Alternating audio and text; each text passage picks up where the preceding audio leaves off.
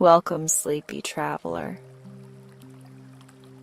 You've arrived at a quiet space made just for you. My name is Valarie, and I am here to guide you gently into rest, to help ease your mind, soften your body, and drift you toward a peaceful, uninterrupted sleep.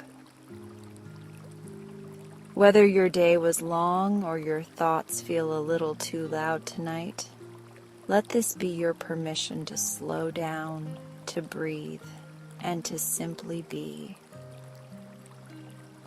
There's nothing more to do now. Just allow my voice to be your guide as we begin this gentle journey toward deep, nourishing rest.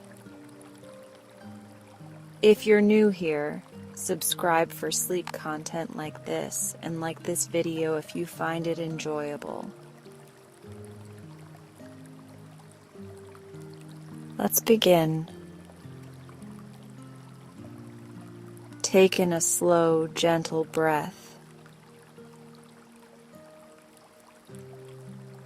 and let it out, soft and easy, like a whisper fading into the night.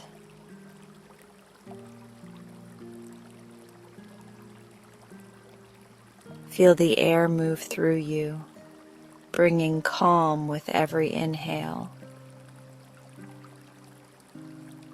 and carrying away the weight of your day with every exhale. There is nothing else you need to do right now.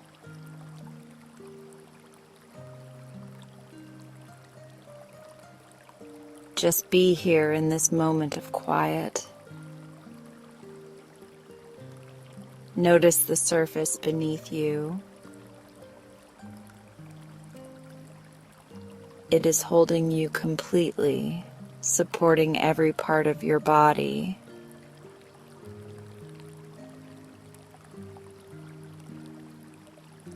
You are safe to release all effort. Your muscles begin to loosen one by one, like soft threads unwinding in warm water.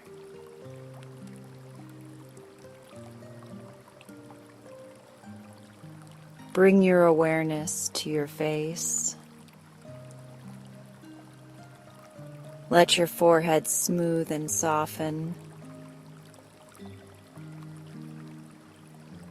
Your eyebrows gently falling into place.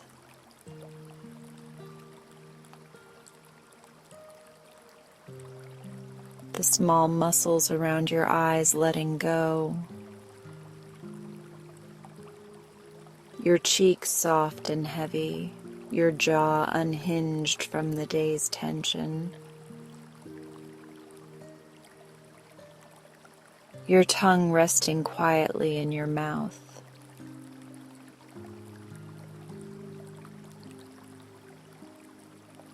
Every part of your face now peaceful and still. Take another slow, effortless breath. And notice your shoulders.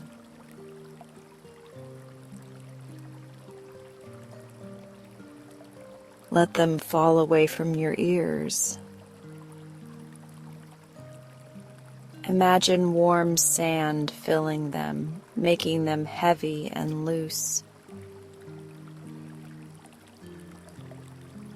Any tightness begins to melt, flowing down your arms.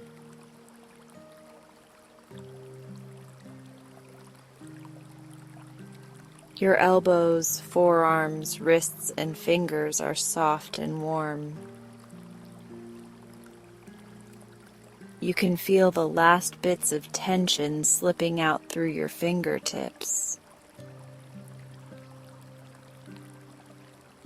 Notice your chest rising with each inhale.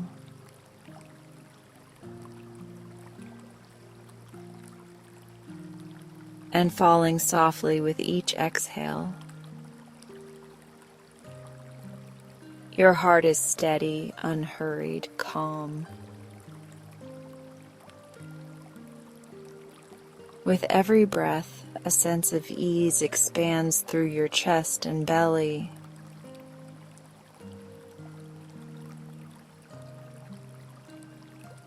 Let that wave of calm travel to your back now.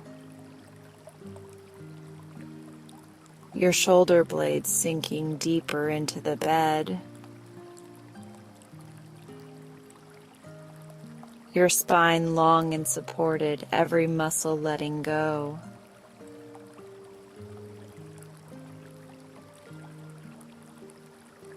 Down to your lower back, your hips, your thighs. Each part of you heavy and relaxed. Your legs begin to soften.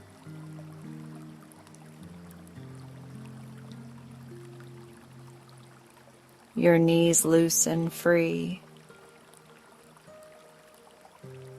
Your calves melting into comfort. Your feet heavy and warm.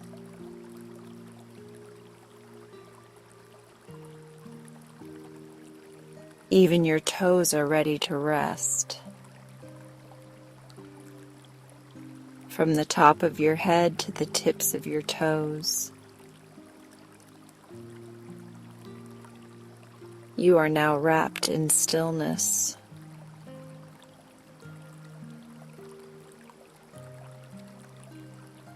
Your body knows it is time to rest. Now imagine a soft golden light above your head. It glows gently, warm and comforting, like a lantern in the dark.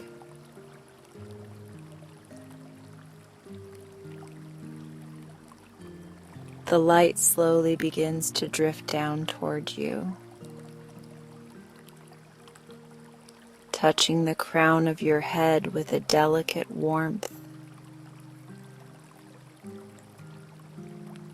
Every place it touches melts into deep relaxation.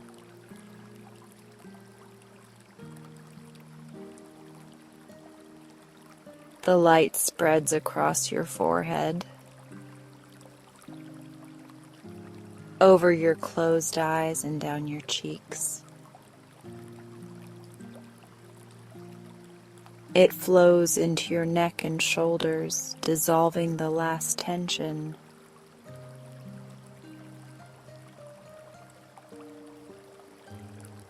The golden glow moves down your arms, all the way to your fingertips, leaving a trail of peace. With each breath, you feel lighter,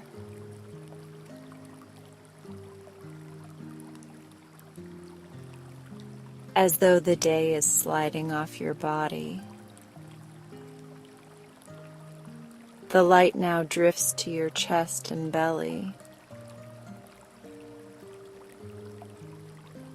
bringing warmth, safety, and comfort to every part of you.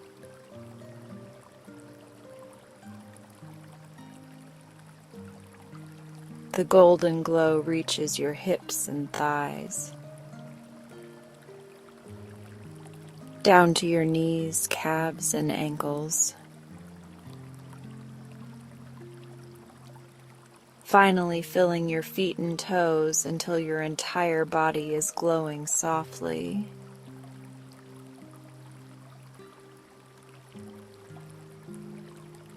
You are cocooned in warmth, floating in ease. Take a deep, slow inhale and let it go with a sigh.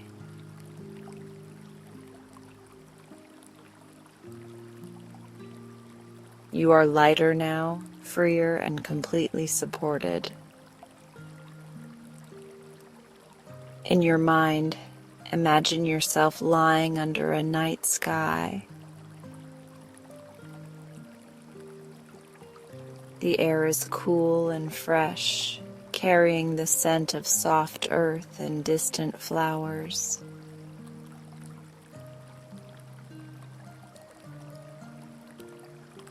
The grass beneath you is gentle, like nature's own pillow. Above you, stars are beginning to appear. Each one twinkles softly, a quiet greeting from the universe.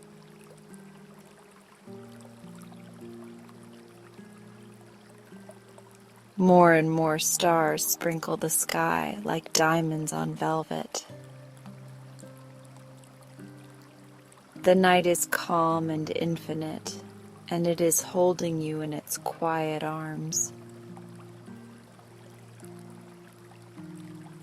A crescent moon rises, bathing the world in silver light.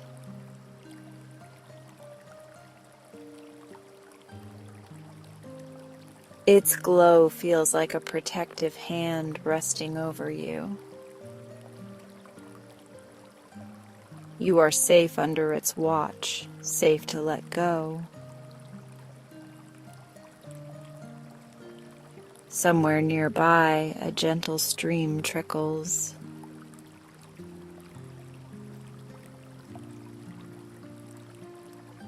The water moves over smooth stones, singing its soft lullaby. A night breeze brushes your skin, light and soothing. Nature is cradling you in its perfect harmony.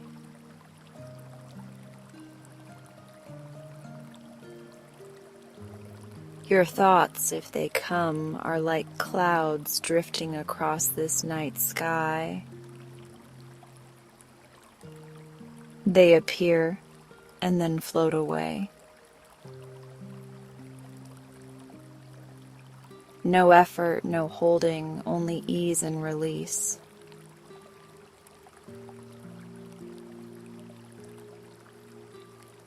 Another long inhale. And an even longer exhale. Each breath guides you closer to deep, gentle rest.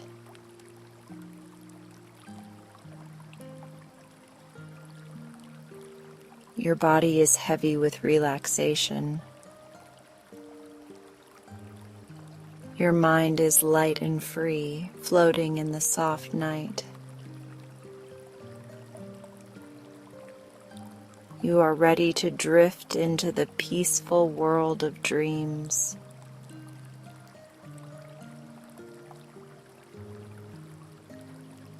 Surrender to the quiet.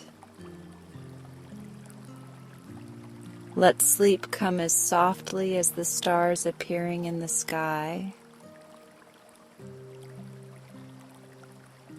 This night is yours to rest, to release, to restore.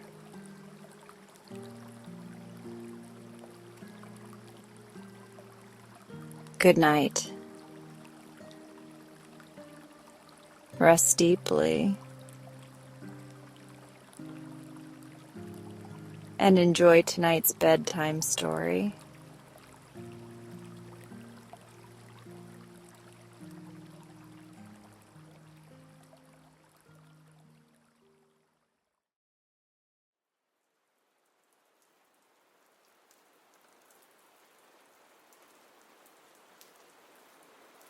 I didn't mean to start a ritual the night I warmed up the oven. I only wanted to find a sound I could live with besides the thud of my heartbeat and the worry that nothing I did mattered. If you've ever sat alone in a room and listened to your own breathing, wondering if anyone would notice if it stopped, you'll understand how a loaf of bread can feel like the first bright word spoken after years of silence. The bakery below my apartment still wore my grandmother's name. Sun-faded gold letters pressed against the front window. Hawa's hearth.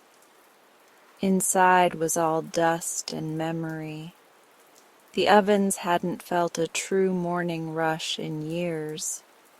Flour bags, sealed and stacked like quiet soldiers, leaned in the storeroom. A cracked mirror hung by the office door. It made every reflection look gentler, as if it remembered us when we were younger and kinder and decided to keep that version on display.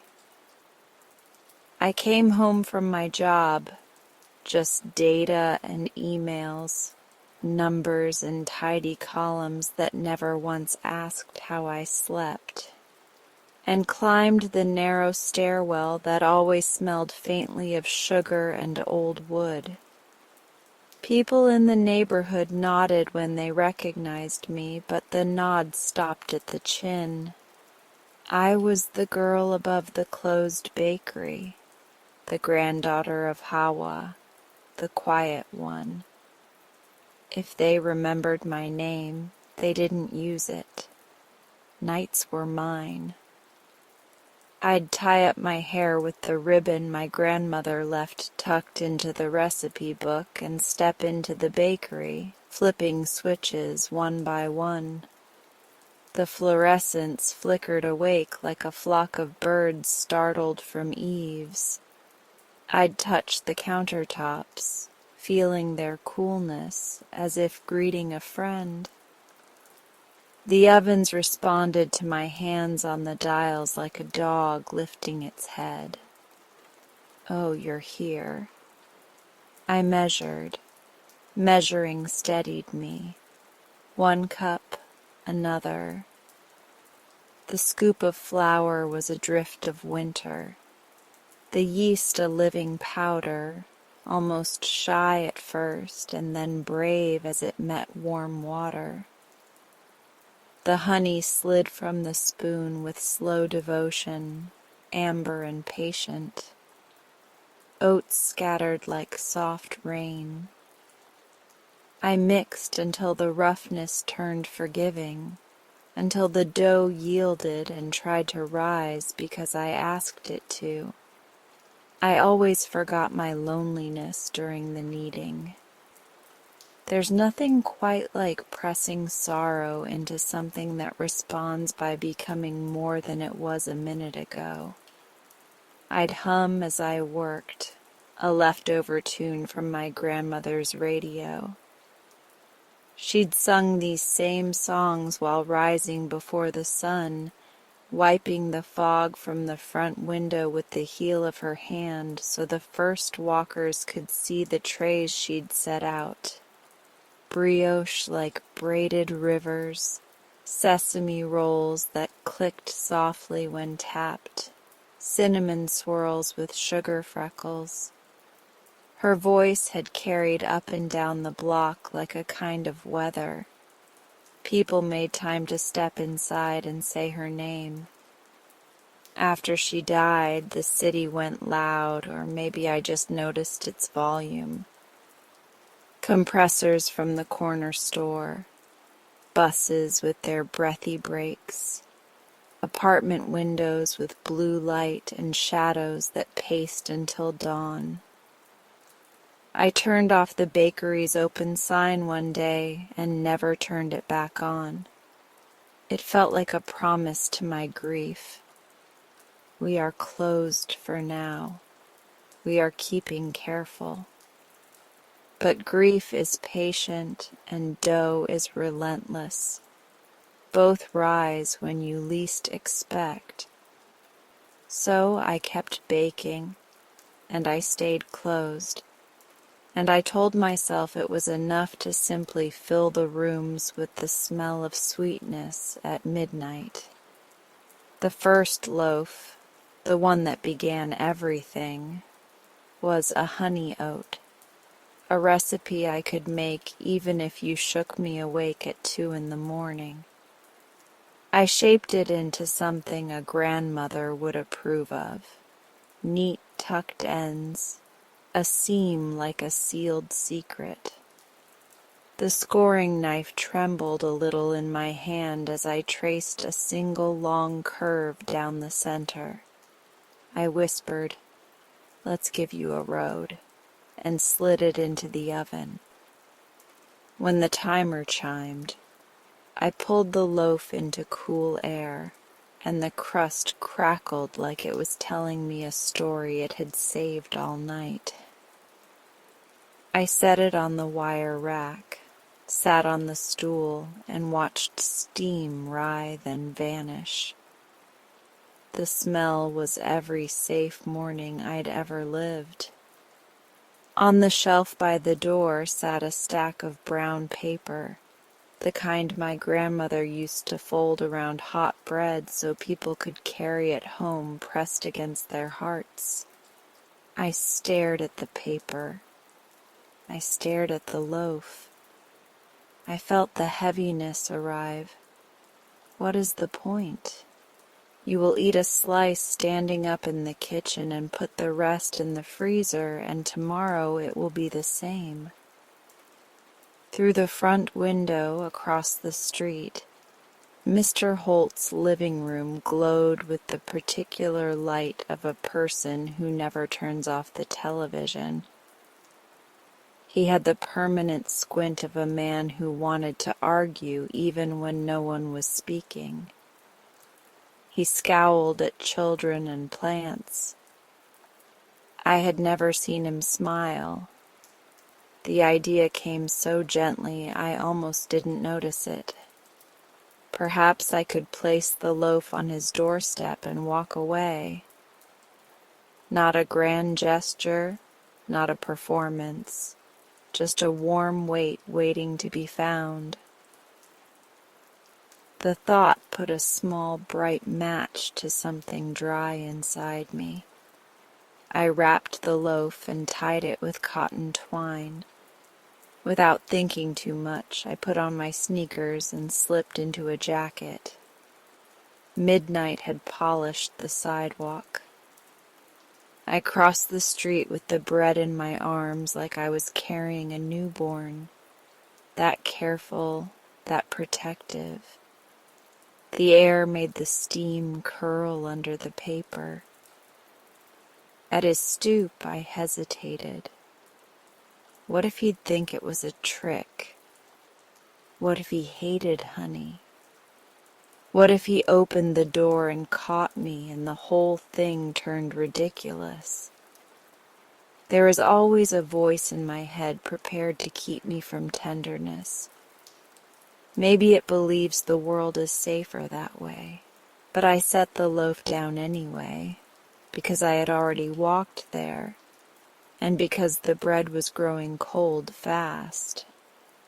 I knocked, light as a moth's wing, and hurried back across the street, my heart performing the kind of acrobatics it usually reserved for fire drills and job evaluations.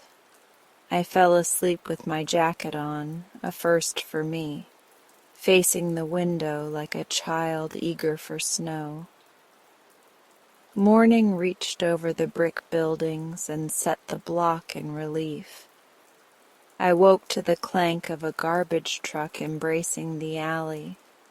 The bakery, even closed, knew the neighborhood calendar. I brushed my teeth and pulled the curtains open. The stoop across the street was empty. No loaf, no wrapper, just the usual potted plant that never quite thrived. My chest loosened. Someone had found it. Maybe it had even been eaten warm. It wasn't until I went downstairs to sweep the bakery floor that I saw the note on my windowsill. A tiny square of paper lay there, held in place by a bottle cap. The handwriting was steady, the letters walking in a line without leaning on each other. Thank you, it read. I haven't smiled in weeks. No signature, no flourish, just that. I held it between my thumb and forefinger and felt my face do something I hadn't asked it to. It softened and warmed, and my eyes pricked. I had never seen a note so simple that it felt like a ceremony. It was as if someone had laid a hand on my back and said, "You reached me." The rest of the day I carried the note in my pocket. I touched it the way you touch a worry stone. In the grocery store aisle, I slipped my fingers in and felt the crispness of the paper and the rounded rim of the bottle cap and breathed a little easier. It would have been easy to stop there. A kind act, a kind reply, a moment of life glittering just enough to help you keep going. But that night, while I washed bowls and let the baking sheet air dry on the rack, I felt something braiding itself together. The memory of my grandmother wrapping loaves at dawn, the sensation of walking midnight streets with something warm to offer, the small, sturdy joy of a note that said the exact number of words it needed and no more. I wiped my hands on a towel and said it out loud, to the mixer, to the empty display case, to the air that used to carry my grandmother's songs. Friday, midnight, every week. It sounded impossible the way a seed sounds like too little to become a tree. But I wanted a rhythm that belonged to me, a quiet kind, the kind no one else had to applaud. I made the decision with the same certainty that begins a recipe, one egg, then another, without knowing the ending, just trusting the next step. The week unrolled itself like parchment. I went to work. I smiled more, even at the copier, which wheezed like an elderly athlete. My coworker Jay asked if I had changed my shampoo because I smelled kind of like a good morning. I laughed, a strange sound in my mouth, and shrugged. I bought oats in bulk. I polished the front window with vinegar until it shone like a held breath, and then came Friday. I treated it like a holiday only I knew about. I took a long nap after work, the kind you sink into as if you'd fallen into a warm pocket of time. I woke before 11, pulled on my softest clothes, and padded downstairs. The bakery hummed under my hands, remembering me. I made 2 loaves that night, just in case the first one didn't cool in time. Honey oat again. I wanted to learn the tenderness of it fully, the way you learn the face of a new friend. As the dough rose, I leaned my elbows on the counter and watched the dark street. The lamplight caught a moth that traced the same circle over and over like it was practicing devotion. A couple walked past holding hands not for warmth but to keep themselves from drifting away. In one apartment, a woman danced alone, badly and beautifully. In another, someone argued with a cat who refused to come inside. We are all ridiculous and reverent at midnight. I chose a new doorstep for the first official bread drop, the apartment over the barber shop, where I'd once seen a girl crying on the stairs with her face hidden in her hoodie sleeves. Before I lost my courage, I wrapped the loaf in paper, wrote "for you" on it, and slipped out. The street felt like a secret held between my ribs. I climbed the barber shop steps, placed the bread where a foot would find it, and listened to my breath shade toward laughter. The building shivered a little, a heat pipe, a nocturnal creature, and I hurried home. That night no note greeted me. I told myself not to want it. The ritual was the gift, not the reply. Still, I checked my windowsill twice before I left for work. The ledge looked back at me like a polite stranger. I tucked my disappointment into my pocket with my bus pass and went about my day.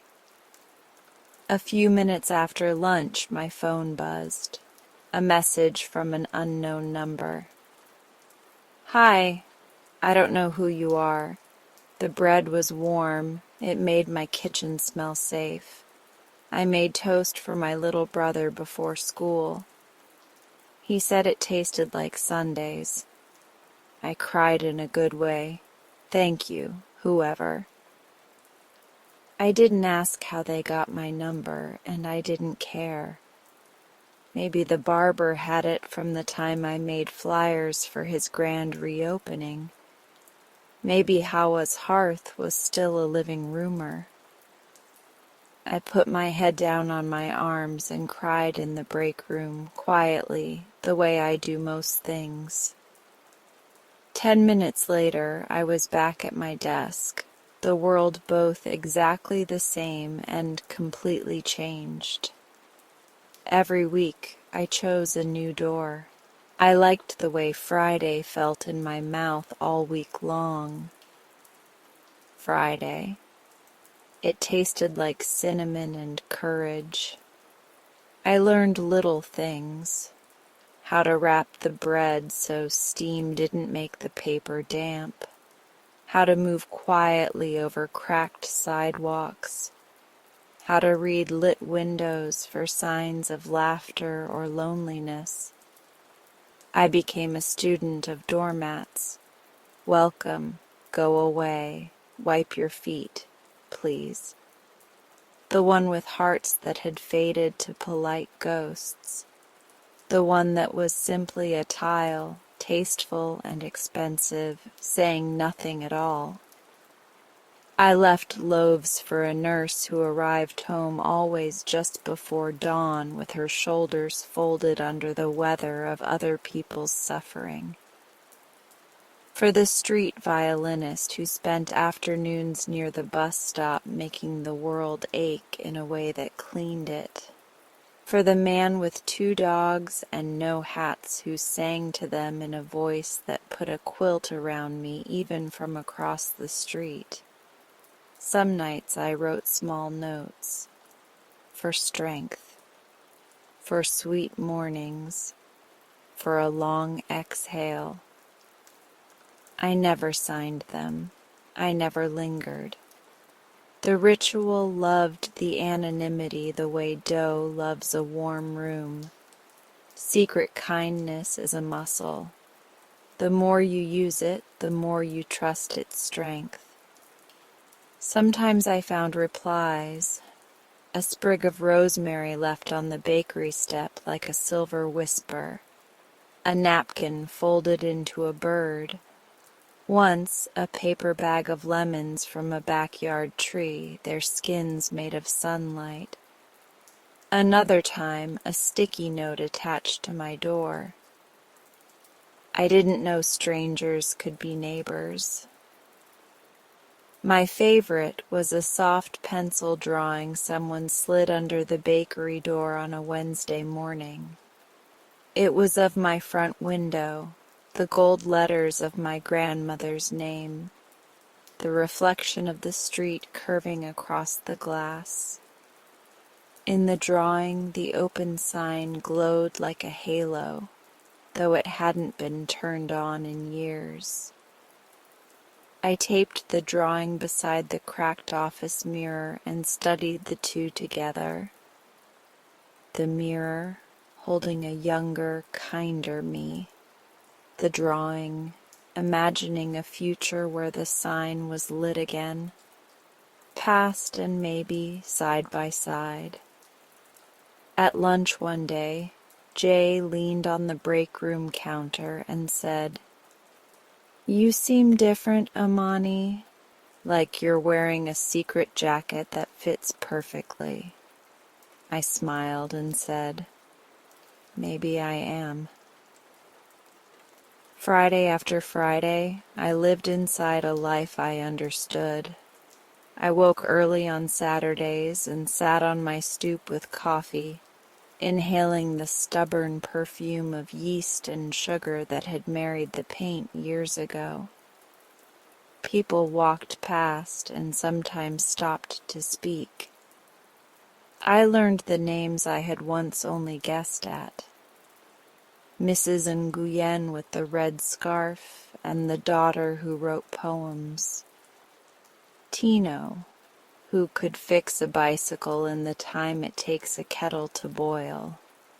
Ava and Zeke, the twins who chalked galaxies onto the sidewalk so we could walk through stars to get to our mailboxes.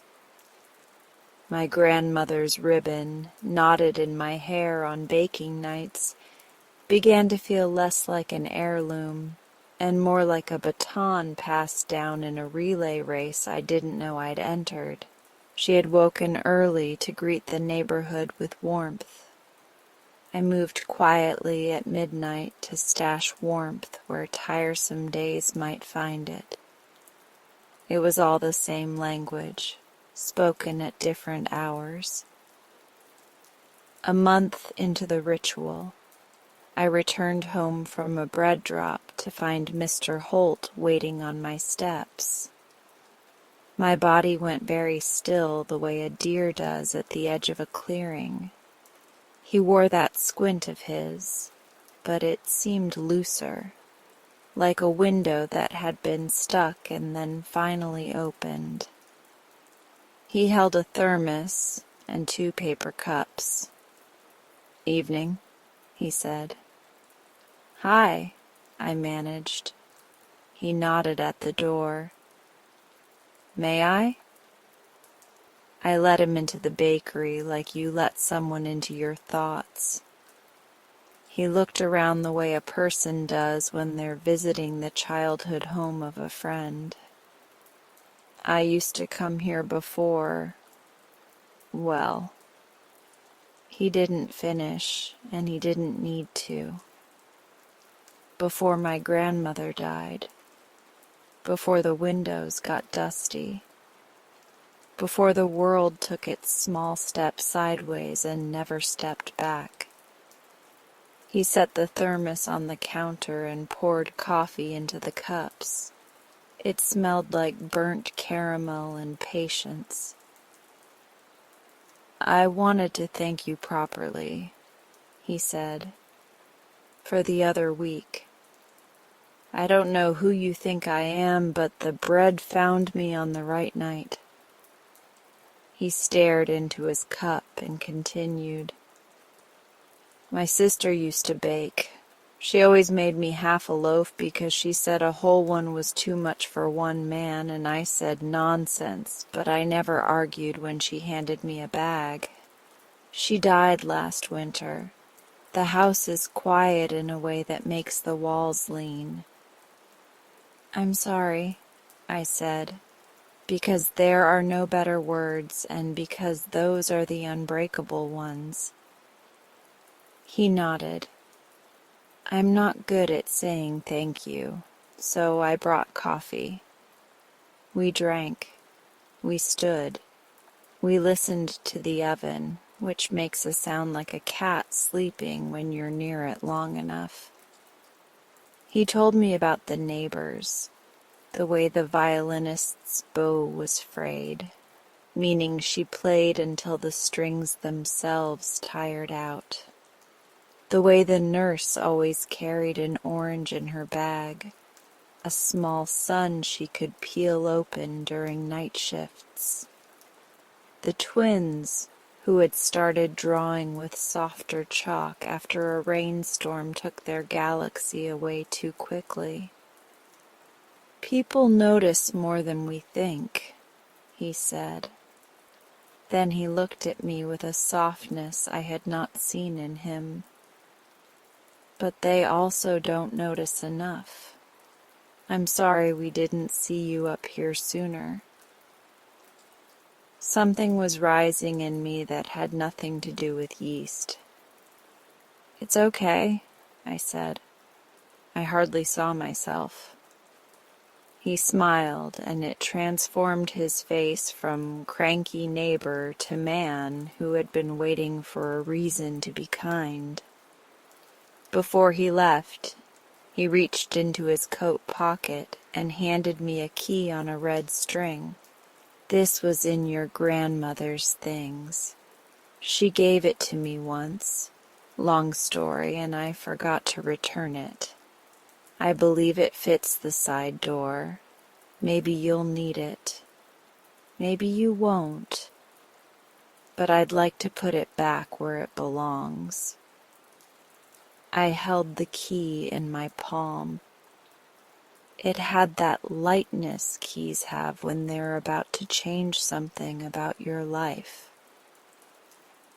After he closed the door behind him, the bakery felt larger, as if the walls had inhaled. I stood in the middle of the room, key on the red string like a new heartbeat, and I understood that the ritual had already done a kind of mending I hadn't planned for. Bread was only one ingredient. There was also the leaving and the finding and the notes and the coffee and the simple fact of being seen. That Friday I baked 5 loaves. I left them on 5 doorsteps like stepping stones across a river. I imagined the way morning would find them, a hand groping through sleep, a mouth surprised by warmth, a kitchen waking to an old, safe smell. I didn't ask for anything in return. Still, when I climbed the stairs back to my apartment, I paused at the bakery door and looked inside. The dark room held itself with a new kind of patience, as if waiting for a light I hadn't switched on in a long time. At midnight, the neighborhood listens differently. Doors sigh. Somewhere a radio whispers a song from 50 years ago, and a person sings along, off-key but truthful. That night before I turned in, I pressed my forehead to the cool glass of the office mirror and saw not the gentle younger version of myself, but the current one. Sleepy-eyed, flour-dusted, ribbon slipping. I looked like someone who had found a way to talk to the world without words. The next morning, before I even dressed, I checked the windowsill. A folded napkin. I opened it with the same care I give hot pans. Inside, "Friday is my favorite again." Different handwriting this time. The letters a little wild, like they ran down a hill and didn't want to stop. I pictured the girl on the barber shop steps. I pictured her brother eating toast that tasted like sundaes. I held the napkin and laughed. I let myself imagine the open sign glowing. Not today, not yet, but someday. I could almost hear my grandmother humming in a room I hadn't aired in years. "Friday," I said aloud. "Yes." That night I lay awake and traced the ritual in my mind like a map leading back to some center I'd thought was lost. The first loaf, the note, the decision, the steps, the doors, the quiet gratitude, the coffee, the key. When morning finally moved across the ceiling, I knew the next part of the recipe by heart. I would leave bread on a new doorstep each Friday at midnight. I would let the neighborhood tell me which ones. I would keep the side door key on its red string, tucked near my collarbone like a future I could touch. And I would remember every time I dusted the counter with flour and shaped a loaf with my careful hands, that invisibility is not the same as being gone. That sometimes the way back into a life is through the warm, ridiculous bravery of feeding someone you do not know. The city outside carried on, buses moaning, pigeons conferencing, the sun shouldering its way over brick. I pulled the ribbon tight in my hair and felt, for the first time in too long, that I was part of the morning. My name was Amani. I lived above a closed bakery with a beating heart. And every Friday at midnight, I would let that heart speak for me, one loaf at a time. If you've ever tried to hold a secret with your whole body, you know it hums, like a beehive under the ribs, like a soft drum behind the heart. That was me, walking around our block those weeks, a quiet woman with flour on her sleeves and a beehive hidden in her chest. On Friday nights, I fed it. The second Friday after Mr. Holt's note, I made 3 loaves instead of 2. The city had gone soft with an early spring rain that left the streets smelling like penny water and new weeds. I kept the oven warm. Like a small sun, I could move closer whenever I wanted to feel braver.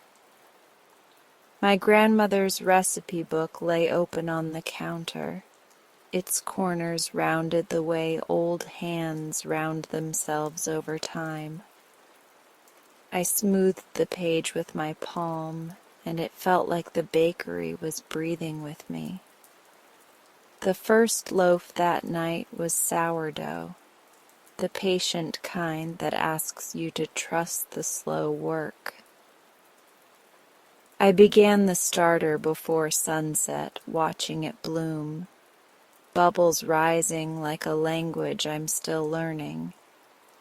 The crumb always tastes like time. I saved that one for the apartment over the hardware store where a pair of new parents lived. You could tell by the stroller frame leaned against the wall and the way their light came on in flickers at 2:11 a.m., 3:46 a.m., 5:02 a.m. A Morse code of exhaustion. I wrote on the paper, for night feeds and new mornings, and tied the twine twice so it wouldn't come undone on the way down the stairs. The second was rosemary focaccia for Mrs. Dodd, the retired teacher who wore her hair like a crown of necessary clouds. She walked the neighborhood every morning, counting steps aloud in a voice that made me want to sit up straighter. She had once taught my cousin long division, and rumor said she could still correct grammar with a look. I snipped the rosemary from the plant that malingered on my windowsill, crushed it between fingers until the kitchen smelled like hillside and old recipes, and pressed dimples into the dough with oiled fingertips. Before I baked it, I sprinkled sea salt across the top and hoped the crumbs would sing. The third, a braided chocolate babka, was for the teenager 2 doors down who skateboarded at odd hours and carried loneliness like a backpack. I had seen him holding a candy bar for dinner more than once. Babka is a show-off loaf, glossy and spiraled, so I tucked it into brown paper to tone down its shine. Inside I left a few words. Not everything sweet vanishes. I remember that walk like a dance where each step knows the next. I crossed puddles that gave me back small wobbly moons. The air licked my cheeks with leftover rain. One doorstep, then another, then the third. I moved like I was part of a well-kept secret, because I was. The urge to laugh rose in me, and I swallowed it like a song you save for later. My beehive hummed louder. The morning after, I kept to my routine. Sweep, coffee, stare out the window like I'm a lighthouse keeper, even though the sign still read closed. The bakery felt crowded with the people I'd saved bread for. You'd think I could see them in the empty air, the way the room held their names. When I opened the door to bring the broom to the sidewalk, a folded index card waited on the step like a resting bird.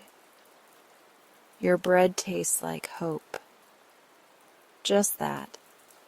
Printed in pen, block letters, as if each one had done a push-up before joining the line. I looked up and down the street as if expectation had a face. Mr. Holt waved from his stoop and lifted his coffee. I pressed the index card to my sternum in thanks for whoever had left it. By the third Friday, the rumor had jumped the invisible fence between us. "Did you hear about the bread?" a woman asked at the bus stop, her scarf damp with drizzle. "I thought my husband finally learned to bake," she said, laughing. And then I read the note. A man behind her chimed in. "We got Rosemary. My wife swore the house was haunted by ghosts who know flavor." He paused. I slept without waking for the first time in months. They didn't notice me listening. The beehive inside me hummed a little higher and wilder, like it had taken off its coat and joined the air. Notes began to gather on my steps the way autumn gathers leaves. Some were a single line, "Whoever you are, thank you." Others folded themselves into stories. "I've been afraid to open my door. Your gift made the lock feel like a friend again." One had a child's drawing of a loaf with giant eyes and a smiling slice. The caption read, "Bread Friend." I taped that one to the office mirror, right over the spot where the crack spidered, so my reflection had to peer through cartoon crust to see herself. The baskets started the week after that. Empty ones lined with paper or cloth napkins, set quietly beside certain doors. "Just in case," a note on one of them read. Children took their job of returning the empties seriously, their small faces solemn with purpose as they brought the baskets back to the doorsteps before dinner. "We're the bread helpers," one girl told her friend in a tone that suggested capes and secret hand signs were next. They started leaving chalk arrows on the pavement, pointing toward the houses where loaves had been found. The arrows faded in the rain and were redrawn, fatter and bolder. I followed them sometimes on my off nights, smiling at the way a neighborhood can teach itself to speak a new dialect, a language made of arrows, knotted twine, and warm paper. In the grocery store, I overheard theories bloom. "It's the barber," one woman insisted. "Look at those hands. He's been kneading hair for years." Another countered, "No, it's the violinist. That bow arm? Strength, plus artists love side quests." A teenager declared it was a TikTok marketing thing. "They're doing it for content," he said, as if content were a god that demanded offerings. "You'll see the reveal video soon." His friend replied, "What kind of video smells like cinnamon?" And that settled the matter for the aisle. I tried not to tally my impact the way I tally cups of flour, but I noticed things. People paused more. They lingered at mailboxes, tilted together in conversation like flowers toward a patch of sun. Mrs. Dodd, Rosemary Focaccia Queen, began wearing a bright scarf that looked like someone had finally hit unmute on her. The new parents, whose names I learned were Pia and Marcus from a card left on my step, hung a scrap of ribbon on their doorbell between feedings. Green for decent sleep, yellow for pray for us. One Saturday morning, the loner teen and his board skated slow past the bakery, balancing a covered plate on one palm like a waiter in a dream. He set it in front of my door, lifted the edge of the towel, and scurried away. When I brought it inside, I found a dozen chocolate chip cookies, each one slightly misshapen and heroic. A sticky note on top read, "I wanted to say yours was better than anything from a store. I made these the way you braid chocolate. They're not perfect, neither am I. K." I ate one at the counter, tears brimming for reasons even I couldn't sort out, and swore I tasted a version of myself I had been too careful to bake. By the fifth Friday, my ritual had turned into choreography. I kneaded to the rhythm of the bus brakes outside. I shaped rolls while the radio whispered about baseball, innings stacked like layers of dough. The dough swelled like I was finally asking life to. The beehive whirred. Flour turned my black shirt into a galaxy. When the buzzer barked and I pulled the last loaf from the oven, I felt hand in glove with everything. The tins, the rack, the night. I could have sworn the bakery exhaled when I did. I wrapped, I tied, I carried, I placed. I walked home empty-armed, full-chested. That weekend, the front of Hawa's hearth began to gather small offerings, as if the building itself were a shrine we were all visiting together. A sprig of thyme tied to twine. A postcard of a seaside village with the caption, "Bread must be the smell of boats coming home." A hand-drawn map with hearts on certain corners. Whoever drew it had catalogued where loaves had been found from the whispers they'd caught. Someone tucked a tiny crocheted square through the door handle, the kind of thing you might use to hold a hot pot. the yarn the shade of weathered lemons. It made the knob look dressed for company. Not everyone was charmed. Mrs. Denning lived 3 doors down and 2 opinions over from everyone else. She vacuumed her front porch. She called the city about trash day like it was a moral test people were failing on purpose. If a story was a table, she preferred to stand on it and lecture about how it should have been carved. Her lipstick never smudged. She wore lavender like a sword. The first time she cornered me, I was sweeping the front step after breakfast. "Morning," she said with the kind of brightness people use to illuminate an interrogation.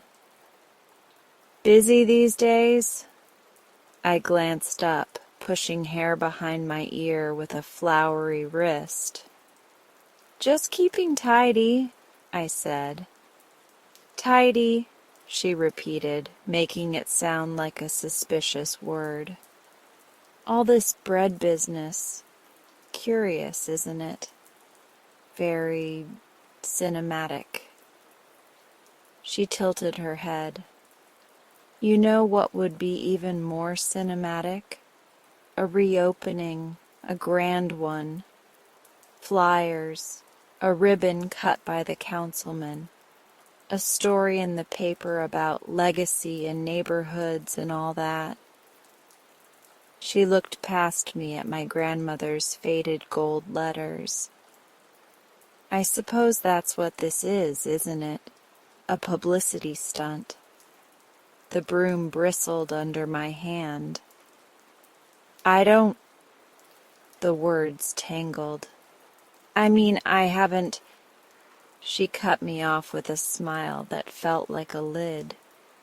"No need to be coy. I do PR consulting for my church's bazaar. I can smell a campaign 2 blocks away. Anonymous gifts, sweet notes, a buzz at the bus stop. Classic grassroots move." She did air quotes that made the air look like it wanted to leave. "Very effective, dear. Just be sure not to mislead. People don't like being manipulated." She leaned in. "I'm watching."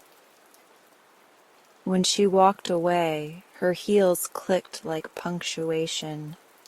Period, period, period. My chest tightened around the beehive, and for the first time, the hum turned anxious. Manipulated? The word tasted bitter. I set the broom against the wall and sat on the step until my heart believed me again. I thought about swearing off bread altogether, going back to solitary loaves and private rituals. Then I remembered the map with hearts drawn, the sourdough note that called the kitchen safe, the cookies on a plate under a towel, made by a boy who had probably never ironed his feelings into words before. I breathed out. I let the memory of those things sit in me the way dough sits before it rises. Quiet, necessary, building. "Don't let her get in your head," Mr. Holt called from his stoop. He must have seen my face. "She's been trying to unmask Santa since grade school." I smiled even as worry pressed on my ribs. "What if she's right?" I asked, shouting the last word too hard. "What if I'm using them?" "You're feeding us," he said simply. "There's a difference." Mrs. Denning did not leave it there. She began to conduct her own investigation, which looked less like detective work and more like a series of long, disapproving stares directed at anyone who carried a baguette. She quizzed the barista. She examined the chalk arrows like they hid clues. I caught her once, standing outside at 11:49 p.m., watching the block the way a cat watches a mouse hole. Coiled, self-satisfied, efficient. I spat the taste of fear out of my mouth and decided that night to take the alley route, skipping the arrowed sidewalks for shadows I could trust. She started a group chat, too. I know because Jay casually flashed the screen at lunch. Neighborhood Watch, Bread Edition, it said, with a photo of a mysterious baguette that was absolutely not mine. I don't do baguettes. They're arrogant. The messages were a mix of breathless curiosity and suspicion. A few were mean. Probably some influencer, one read. Probably a bakery chain priming us to accept their arrival, read another. Probably a bored housewife, wrote someone else. To which another replied, "We don't use that word here, Brian." Then between those, the soft ones I recognized like cousins. Whoever it is, they made my kid believe in nice things again. And my dad ate toast. First toast since chemo. The thread hummed like the beehive, loud, contradictory, very human. That Friday, I baked anyway. I'd meant to keep it simple. Too much attention makes me want to become an envelope and slide under a door. But the dough had other plans. It was a braiding night. I made challah and whispered a blessing my grandmother used to murmur in another language, the cadence like swaying. I made cinnamon knots that looked like a handful of sleepy shells. I poured olive oil into a pan and watched it pool like a smooth mirror, then laid the focaccia to be baptized. The oven door shut with a sound I swear was a benediction. "Here we are," I told the kitchen, still doing the small brave thing.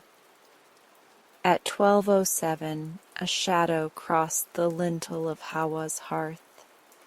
My pulse spiked. I was at the sink rinsing a bowl, and the light behind me turned the front window into a square of black I couldn't read. I snapped off the switch and moved carefully to the door, pressing myself thin against the wall like the old cartoons taught me. Outside, a figure hovered on the sidewalk. A woman. Her posture was a question mark. In the glow from the street lamp, I recognized the tilt of her chin. Mrs. Denning. She held her phone like a sword that could slice secrecy in half. I waited. She waited. It felt like both of us were on the high diving board, toes curling over the edge. Finally, she marched past and peered into the window, cupping a hand around her eyes. The crack in the glass gave her face a fault line. She said to no one, then straightened and inspected the doorstep, as if my front stoop might faintly smell like chocolate at midnight. "I'm on to you," she murmured, and continued down the block, checking doors like a landlord on inspection day. I leaned my forehead against the cool wood and let laughter edge into my lungs. Fear began to dissolve. Maybe secrets survive not by hiding perfectly, but by being gentle enough to slip through the stubborn spaces other people leave between themselves and wonder. I took the alley route that night, hugging brick. I placed a chala at the door of the community center, where early morning yoga students would arrive with rolled mats and half-awake hearts. I left cinnamon knots for the man who wrote poems on napkins, and left them at the laundromat bulletin board. "You deserve socks warm as a sunrise," one had said, and I had kept it. I delivered focaccia to the nurse with the orange, picturing her hands opening the tin, her shoulders dropping just a little, as if someone had lifted the heaviest book from her stack. I was almost home when a whisper stopped me. "Midnight Baker." The word hit me like a moth, soft, startling. I turned. A shape moved closer from the mouth of the alley. "Who?" "Sorry," the voice said quickly, apologetic before the offense. "It's me, Kay." The skateboard kid stepped into the light, one foot on his board like he wasn't sure whether to stay or roll. "I recognized your shoes," he blurted. "I noticed the flower on the laces the other morning, and you smell like cinnamon sometimes." He swallowed. "I won't tell. I just wanted to say thanks for the babka and for making me believe there are still surprises that don't hurt." My body remembered being 16, a rolling map of nerves and noise. "You're welcome," I said, and my voice sounded older than I felt. "The cookies were brave," I added. "Bravery tastes like chocolate, I've decided." He laughed, that single-syllable sound that means the soul got a good line in. "Can I help?" he asked. "Like, on Fridays, I can carry or distract Denning. I've got experience with authority figures." A grin, a flash of mischief, like a match in a dark pocket. I considered. The beehive in my chest buzzed an answer I trusted. "Okay," I said, "but rules. We're quiet, we don't expect notes, we don't take credit." I hesitated, then added, "We do it because we can't not." He nodded solemnly, a knight sworn into the weirdest order. The next week, I taught him to fold the paper around loaves so the steam didn't dampen the corners. He taught me how to move down a sidewalk without making the motion sensor lights trip. We whispered secrets like two kids in a blanket fort. He told me what the block looked like from a skateboard, how cracks feel like commas under the wheels. I told him my grandmother once put extra sugar in her morning buns the day she learned the neighbor had lost his job. "You get to sweeten what you can," I said, and it sounded like I was telling him the point of life. On Wednesday morning, I found another note on the step, this one looped and lyrical. "Whoever you are, you turned my kitchen into a place I want to be again." My husband and I ate toast and spoke like we used to, like the words were bread too. I pressed that note into the mirror frame and watched it hold my face, softer. The buzz around town kept building. The barista had a tip jar labeled for the midnight baker, who is not our barista, we swear. Kids played a game called Find the Loaf that involved a lot of sprinting and shrieking and generally scaring the pigeons, which, frankly, had it coming. The twins chalked not just arrows, but loaves now, decorated with swirls, googly eyes, real taped on, and phrases like, "Stay yeasty." And then, one afternoon, I caught Mrs. Denning talking to a reporter. He stood outside, young and hungry in the way reporters always look when they smell a story. She pointed at the bakery window with 2 fingers, the way she pointed at sidewalk gum and people she considered part of the problem. He scribbled. He nodded too much. When she finally swept away like a ship leaving port, he stepped closer to my door and peered at the map of notes taped inside. The thank yous, the drawings, the tiny confessions, each one a thread from a person to a loaf and back again. He didn't knock. He didn't need to. I slipped behind the display case like a cat and watched him read.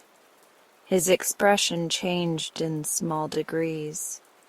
Skepticism loosening into curiosity, curiosity warming into something like tenderness. He took a picture with his phone and stood there a long time, thumb over his mouth, before walking away without speaking to anyone else. A day later, the chalkboard outside the cafe read, "The midnight baker is proof we're better than our worst days." Someone had drawn a loaf with a cape. I blushed walking past like I'd been named in public, which technically I hadn't been. In the comments of the watch group chat, people argued about whether mystery helped or hurt. "We need heroes," someone wrote. "We need accountability," someone replied. Both sounded like prayers, the kind you shout through your hands to make the words smaller but truer. The conflict didn't find me directly until Friday afternoon when I returned from picking up more flour. She was waiting on my steps, dressed in her lavender armor. "Evening," she said. She'd taken that falsely friendly tone again, the one that smells like citrus cleaner. "Hi," I said, balancing the bag of flour on my thigh to free my keys. "We're doing a little thing at the Block Association meeting Monday," she began, "unmasking the midnight baker." She said it like unmasking the wicked witch. "Transparency matters." She peered at my face. "People get attached to fantasies. It's not healthy."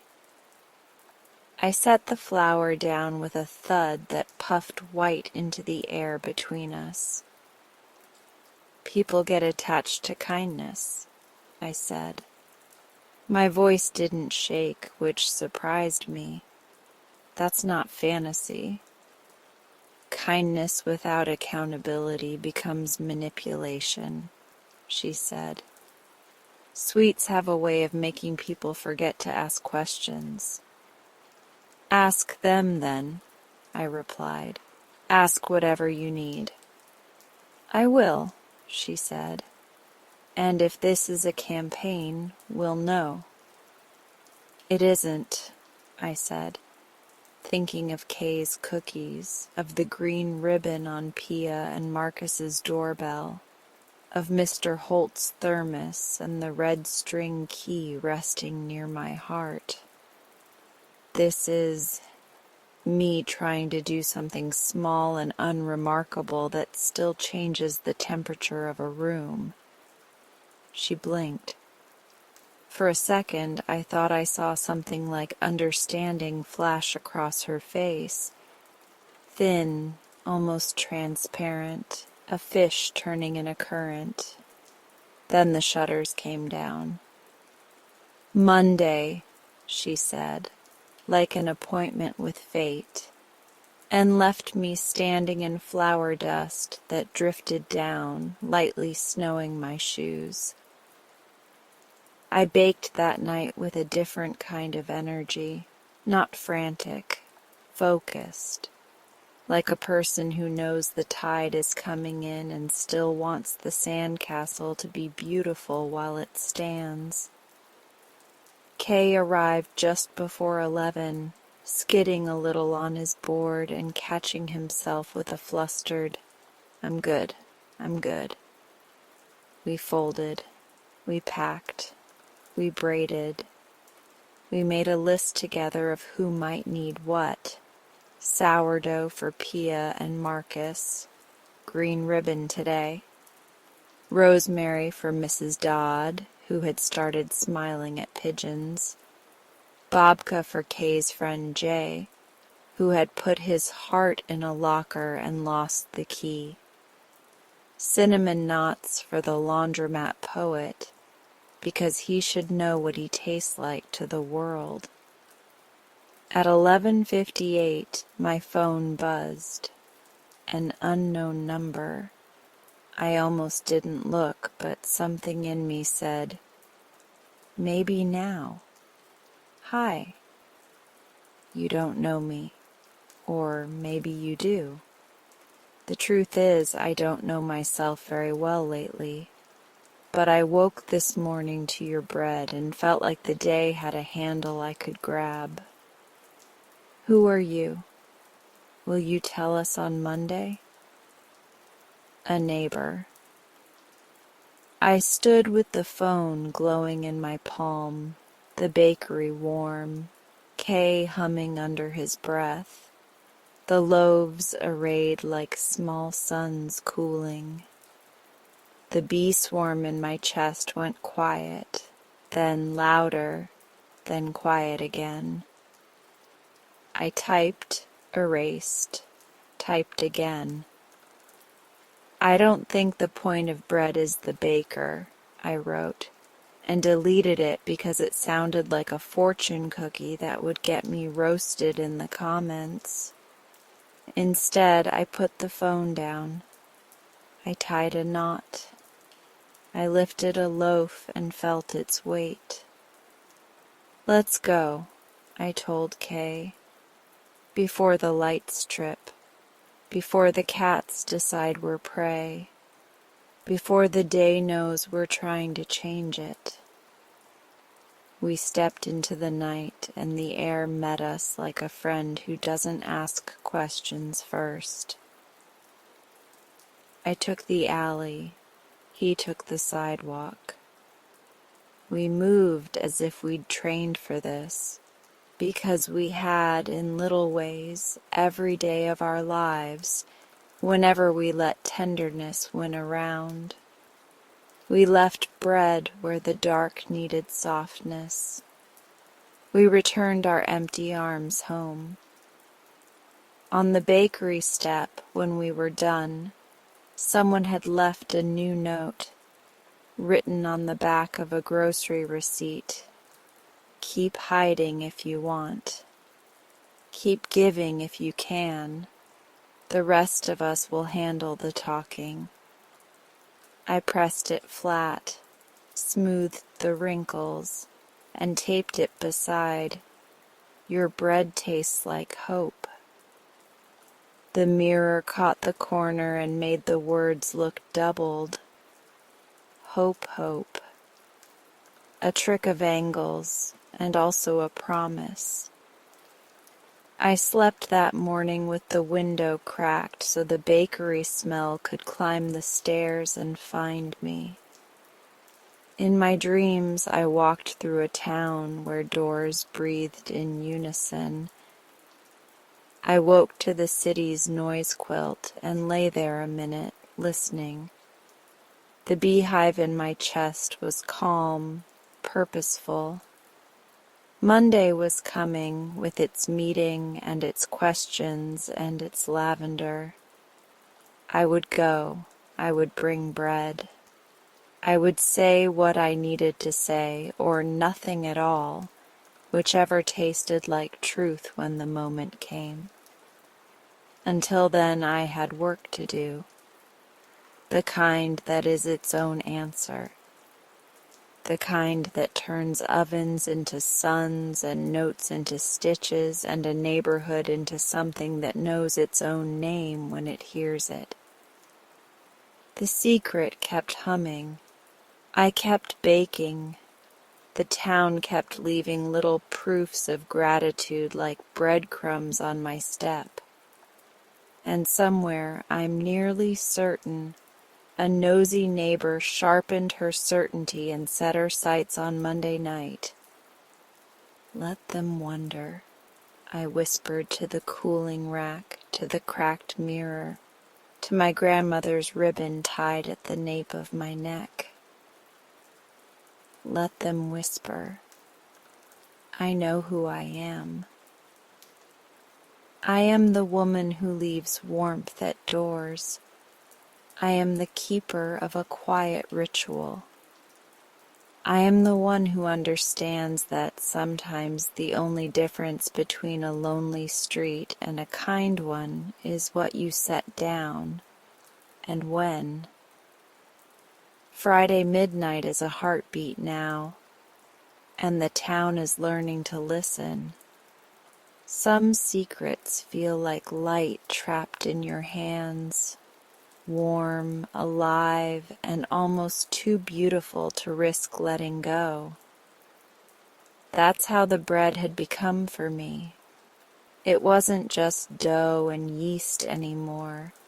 It was something stitched into the neighborhood, something I could feel breathing even when the ovens were cold. And part of me, selfishly, wanted to keep my hands over that light forever. But then there was Mr. Holt. It started 2 Fridays after the green ribbon appeared on Pia and Marcus's doorbell. I'd left him a second loaf, cinnamon raisin this time, baked until the sugar along the swirls caramelized into a thin, sweet crust. I'd wrapped it like always, twine knotted just tight enough to hold the warmth in. No note, just the bread.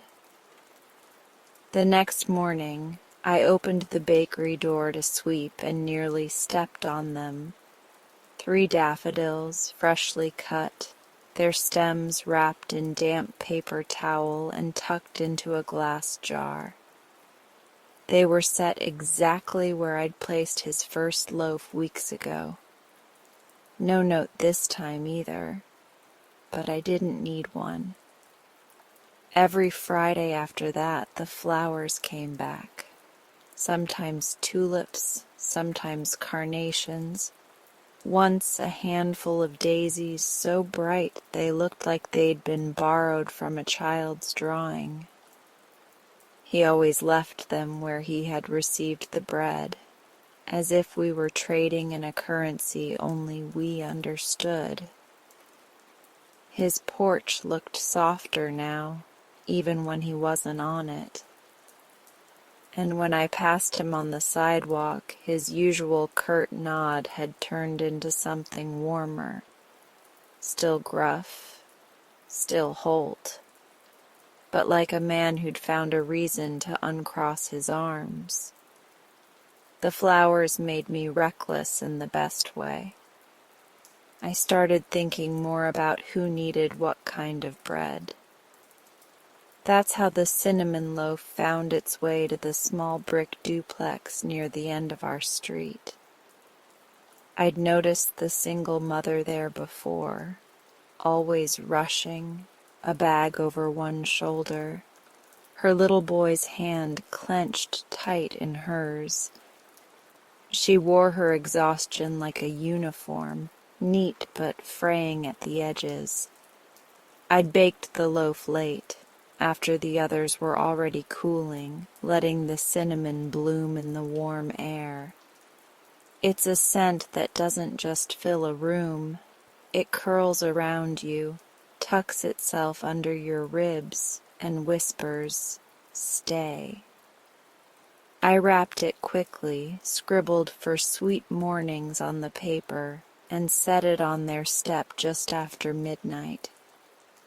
The reply came 3 days later, written in purple ink on a folded sheet of lined notebook paper. One side smudged with something I like to imagine was cinnamon sugar. "My daughter waits by the door every Friday now," it read. "Not for a package, not for mail, but just to smell happiness. She says the air changes before the bread arrives. I don't know how to thank you for that, but thank you." I read it twice before tucking it into the mirror frame upstairs, right next to "Your bread tastes like hope." The two notes leaned against each other like neighbors sharing a porch. And yet, with every loaf I left, with every note or flower I received in return, the tug inside me grew stronger.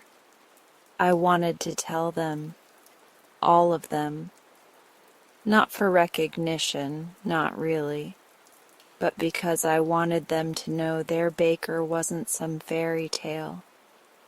I was here, among them.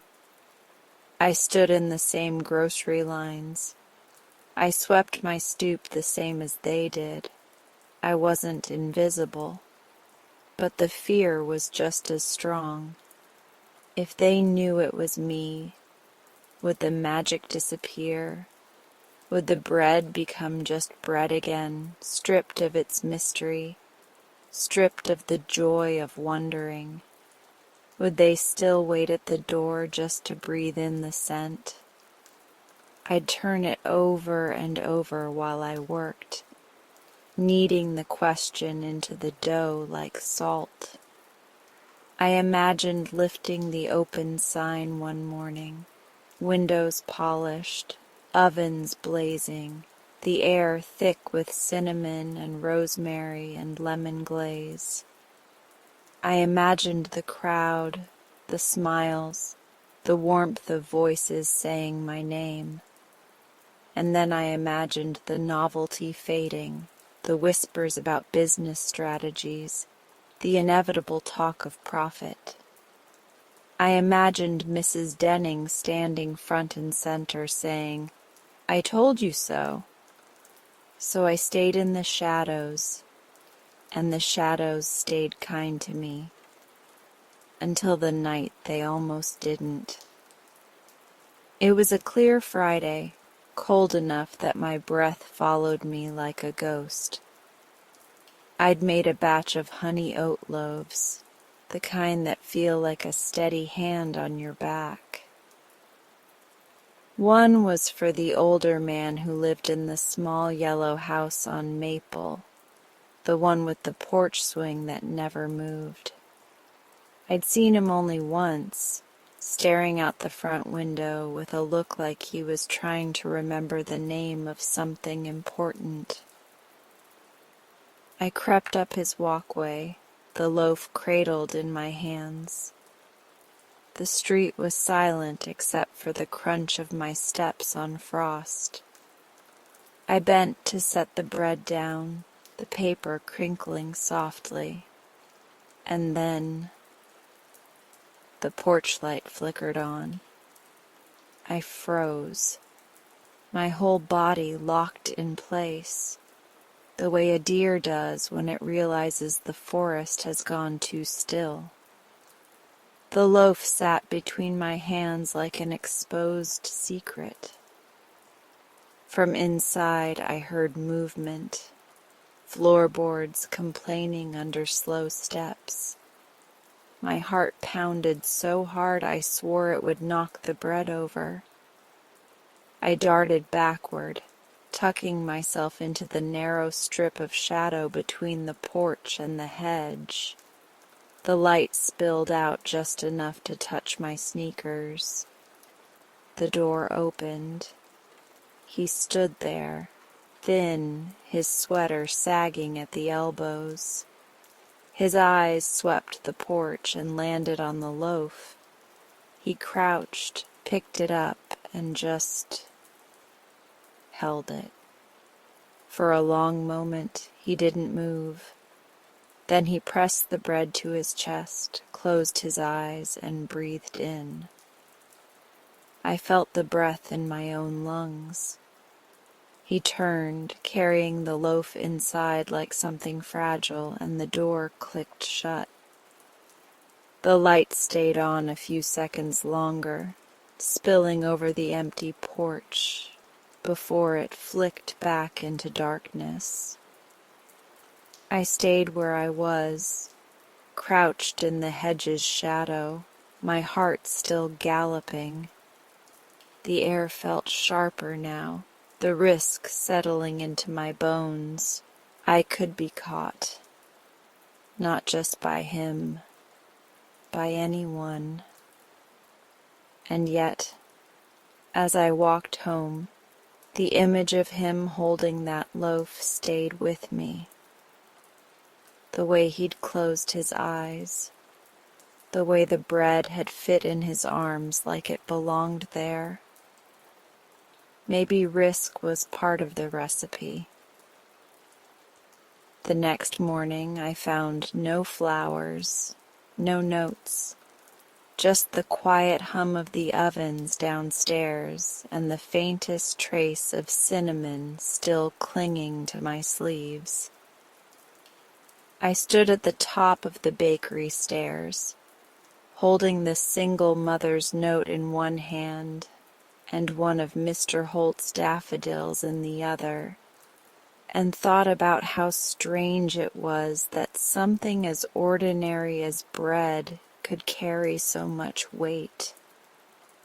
I thought about telling them, about standing in the middle of the block association meeting on Monday and saying, "It's me." But instead, I went down to the bakery, tied on my grandmother's ribbon, and started the next batch. The light in my hands was still warm, and for now, that was enough. I should have known the night would ask me to choose between safety and the thing that made me feel alive. The sky began speaking in the afternoon, low and threatening, like a throat clearing before a confession, and by dusk it opened its mouth and swallowed the street whole. By 9, rain had a sound I'd never heard before. Not the usual steady drumming, not the playful summer chatter. This was the rain of decision, a relentless hiss, like a message being burned into the page. It blurred the block until our buildings were watercolor, our sidewalks a wash of gray. Thunder turned the air to metal, and the lights in my kitchen hiccuped twice, as if the bakery itself wasn't sure it wanted to be seen. "Friday," I reminded the flicker. "Friday is a promise." I stood at the upstairs window, peering through a halo of fog, and watched the gutters attempt bravery. They failed. The street became a shallow river, the chalk arrows from the kids dissolving into pale tributaries that swirled and disappeared. A trash can lid sailed past like a lost moon. Every few minutes, lightning unzipped the sky and showed me everything at once. Wet roofs, stoops shining like new coins, Mr. Holt's front door, the barber's pole limping in the wind. This is a sign to stay home, I told no one, and put the kettle on by muscle memory. The kettle tried to whistle and sounded like a bird with a cold.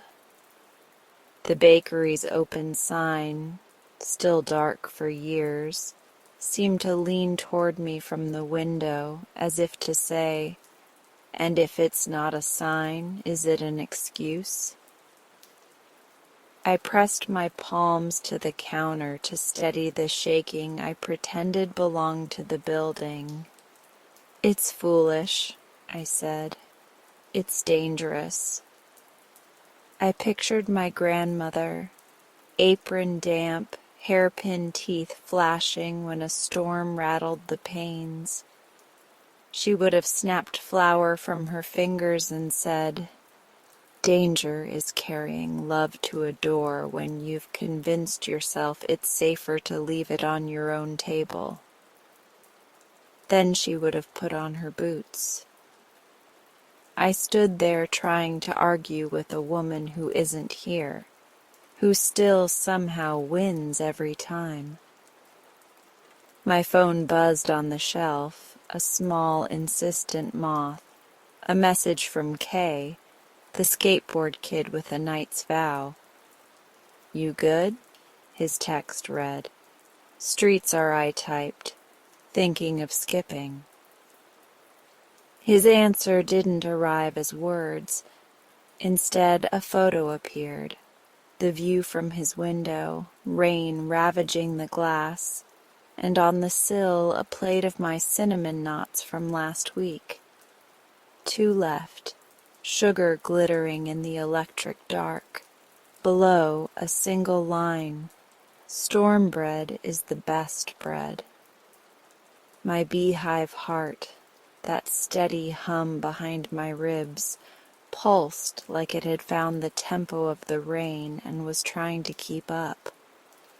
I looked down at my hands. They smelled faintly of yeast from the morning, even after dish soap and lemon. The ribbon my grandmother left me sat on the peg like a small waiting sentence.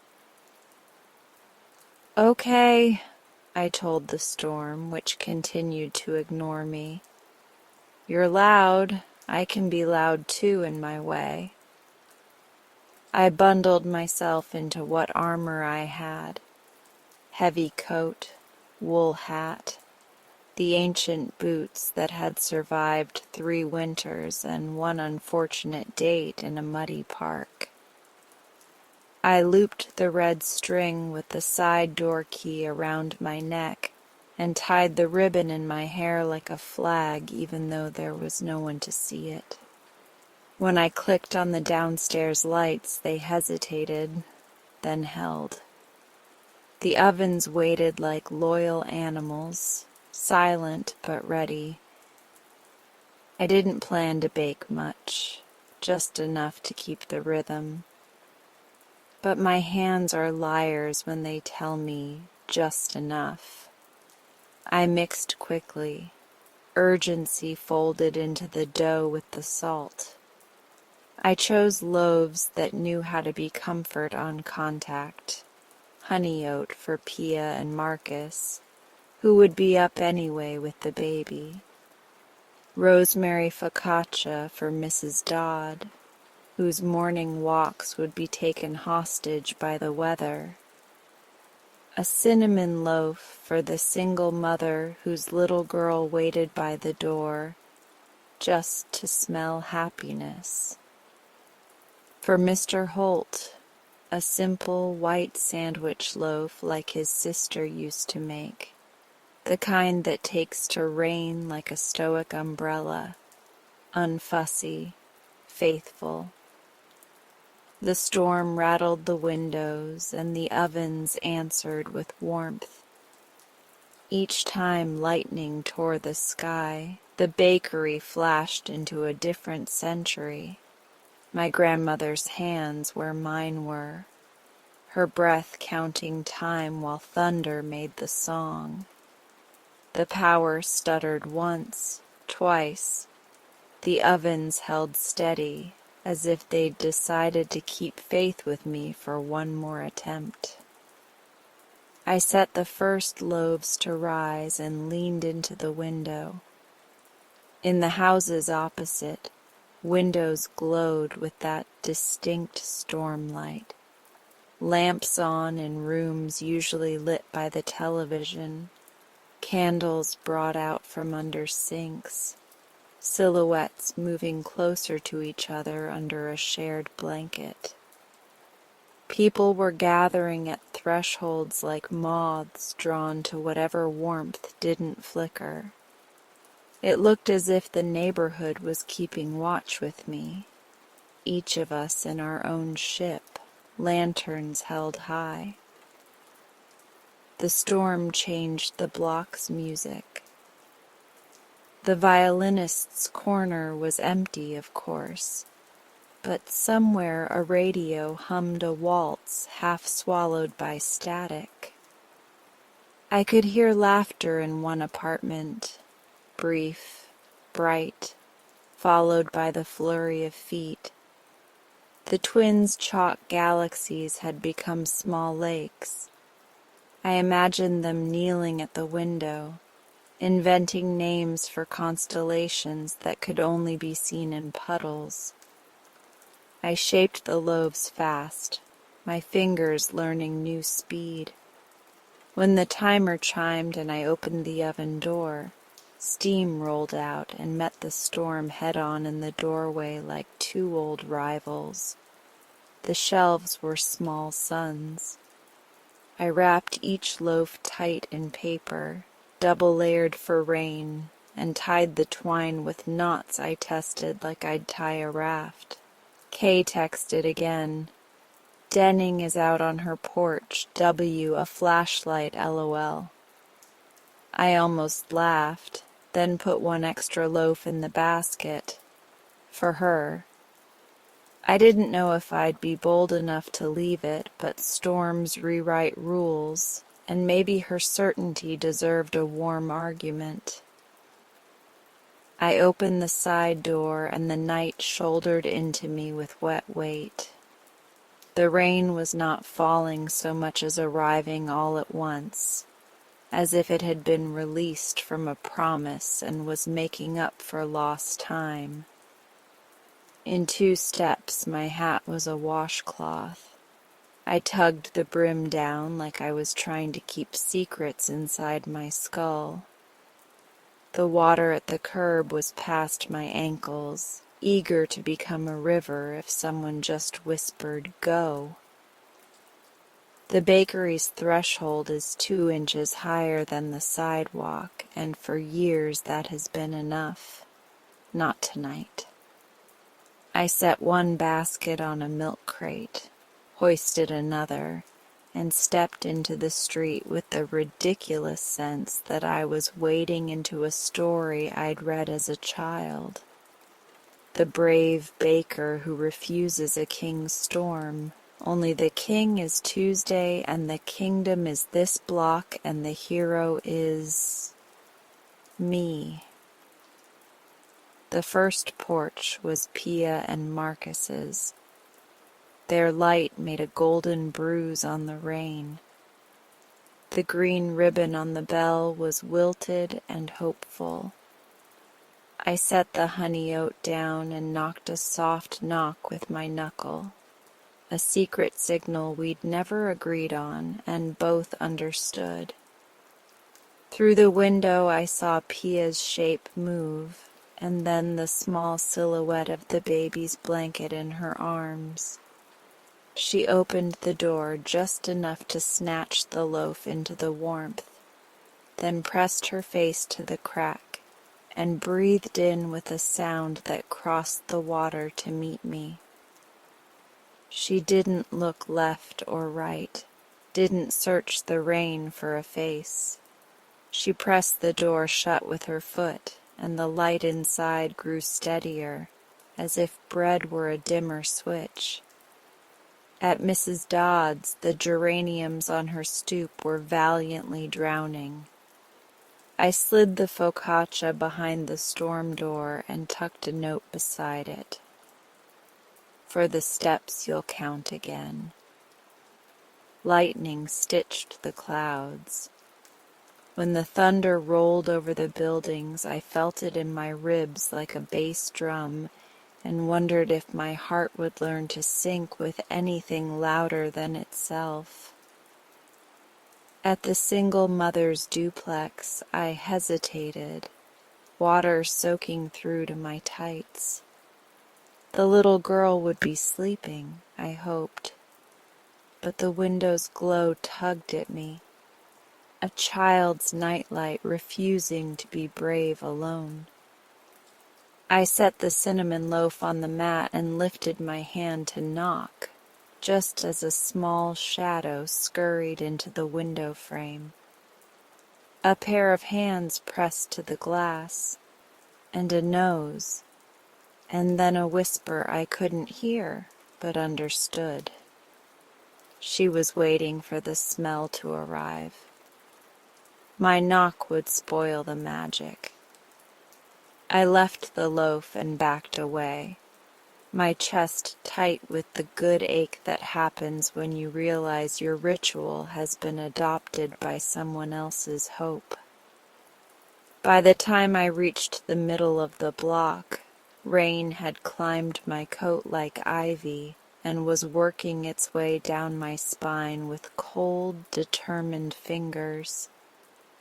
The storm had become less of a weather event and more of a conversation partner who refuses to let you finish a sentence. You think you're dry? Thunder boomed. That's adorable. On the corner, someone had propped open the community center door to carry out buckets. They were bailing the back room where the water had declared squatters' rights. I caught a flash of yoga mats stacked like a fort, and two teenagers laughing in a way that made a third join them without understanding the joke. We were all soaked to the soul, and somehow that made us kin.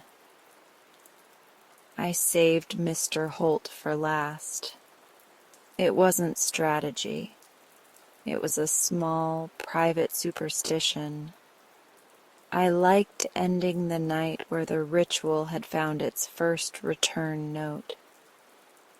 His living room light was on, the soft yellow that always made the lamp look tired in a friendly way, and his porch light stayed dark, either broken or merciful.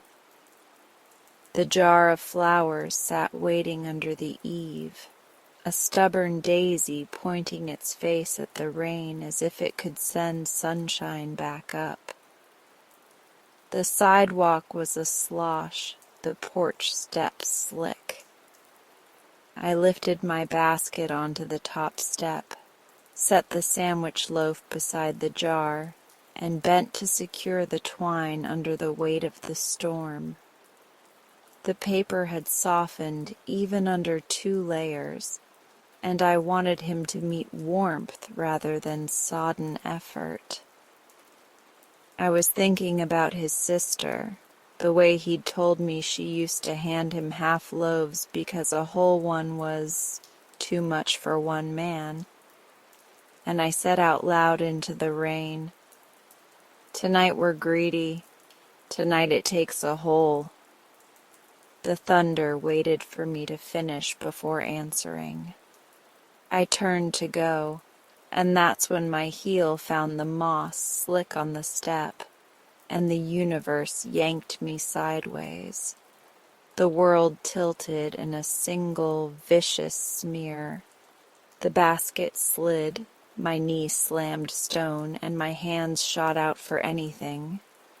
I found the rail with one palm, the edge of the loaf with the other, And then the bread and I were making a very undignified descent together, me with an oof, the loaf with a soft, insulted thud. Before I could assess whether I'd broken something, me, the bread, the night, the door opened and Mr. Holt's voice, gentler than the storm, said, "Hey, hey, I've got you." He was out in a second, bareheaded, no coat, the rain treating his hair like a sudden baptism. He reached for my elbow and I let him, and we did that awkward dance of two people trying to pick up both each other and a fallen object with only 4 hands and too much weather. He steadied me. I steadied the loaf. He looked at my face because of course he did. I was no shadow, no graceful thief. I was a woman in a soaked coat with flour under her nails and cinnamon in her hair, crouched on his steps like a raccoon with feelings. Our eyes met. Something shifted in the space between us. The storm receded a notch, just enough for a human moment to fit. "Amani," he said, my name not so much a question as a relief. "It's you." The beehive in my chest, that faithful hum that turned my secrets to honey, went silent. Not dead, listening. The street's noise fell behind us like a curtain. There we were, the gruff man with the soft flowers, the quiet woman with the loud bread, the storm making honesty a cozy necessity. I started, and then stopped because a sob, of all ridiculous things, chose that second to try to be born. He squeezed my elbow like it was a hand and said, "Of course it's you. Who else would be foolish enough to battle a storm for a loaf?" Foolish, I repeated, because language is easier if you echo it first. "I'm sorry," I added reflexively, my oldest habit. "For what?" He bent to rescue the loaf from the step, cradled it as if it had bones, and checked the paper. "It's fine," he said, and then he wasn't looking at the bread anymore. He was looking at me. His eyes were wet, but not from the rain. "You're fine," he corrected himself in a whisper that felt like it had been waiting months behind his teeth. "You're the heart of our street." The storm made that sentence a vow. It wrapped around it and bellowed approval, then threw lightning at a lamppost like confetti. I laughed then, helpless, hiccuping laughter that slid into a sob on the edges, and then back out again as if we were switching train tracks without warning. He hustled me under the small awning where the rain was less ambitious, and for a moment we just stood. He was crying more openly now, not in the old embarrassed way men sometimes do, but like a person who has found a door he thought was bricked up. "I've wanted to thank you properly," he said through it, "and I suppose this is proper enough. 2 idiots on a stoop in a storm. You've been feeding more than our mouths." Somewhere 2 houses down a curtain shifted. Across the street, the barber stepped into his doorway with a towel around his neck, staring into the night like he'd heard a crack that wasn't thunder. The neighborhood has eyes, but that night they didn't feel like surveillance. They felt like witnesses. "Come in," Mr. Holt said, stepping back toward the door. I shook my head, dizzy with being seen. "I have more," I said, holding up the lighter basket as proof that the ritual outnumbered me. "I can't," he nodded. "He gets the rules now, too."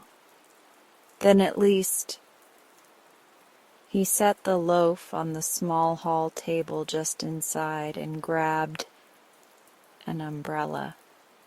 A monstrosity of a thing, black and sensible.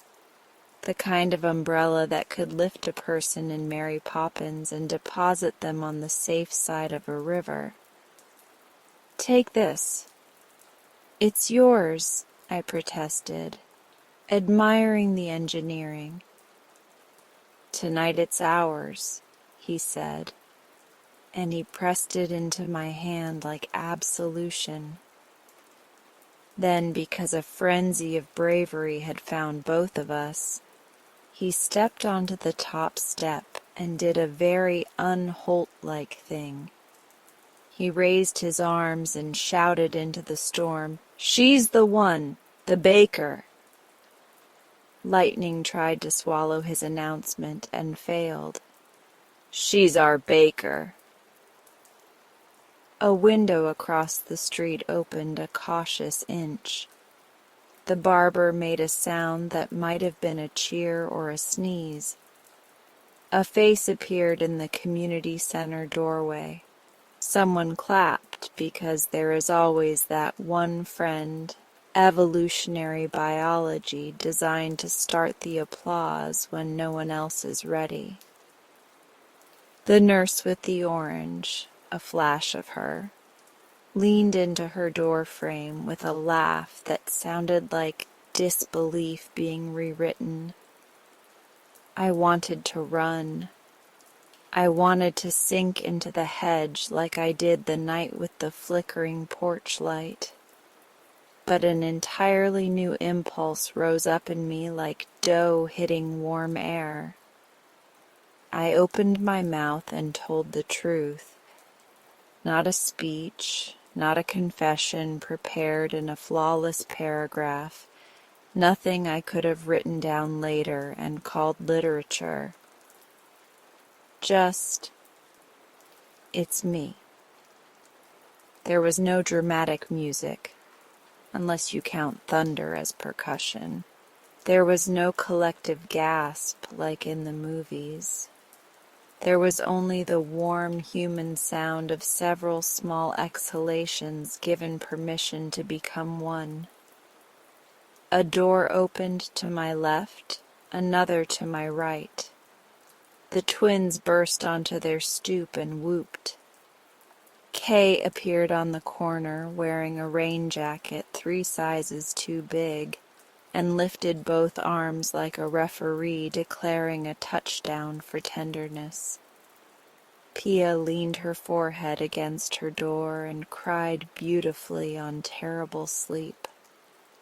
Mrs. Dodd emerged, wrapped in a shawl like an old queen, and gave me a nod grave enough to knight me.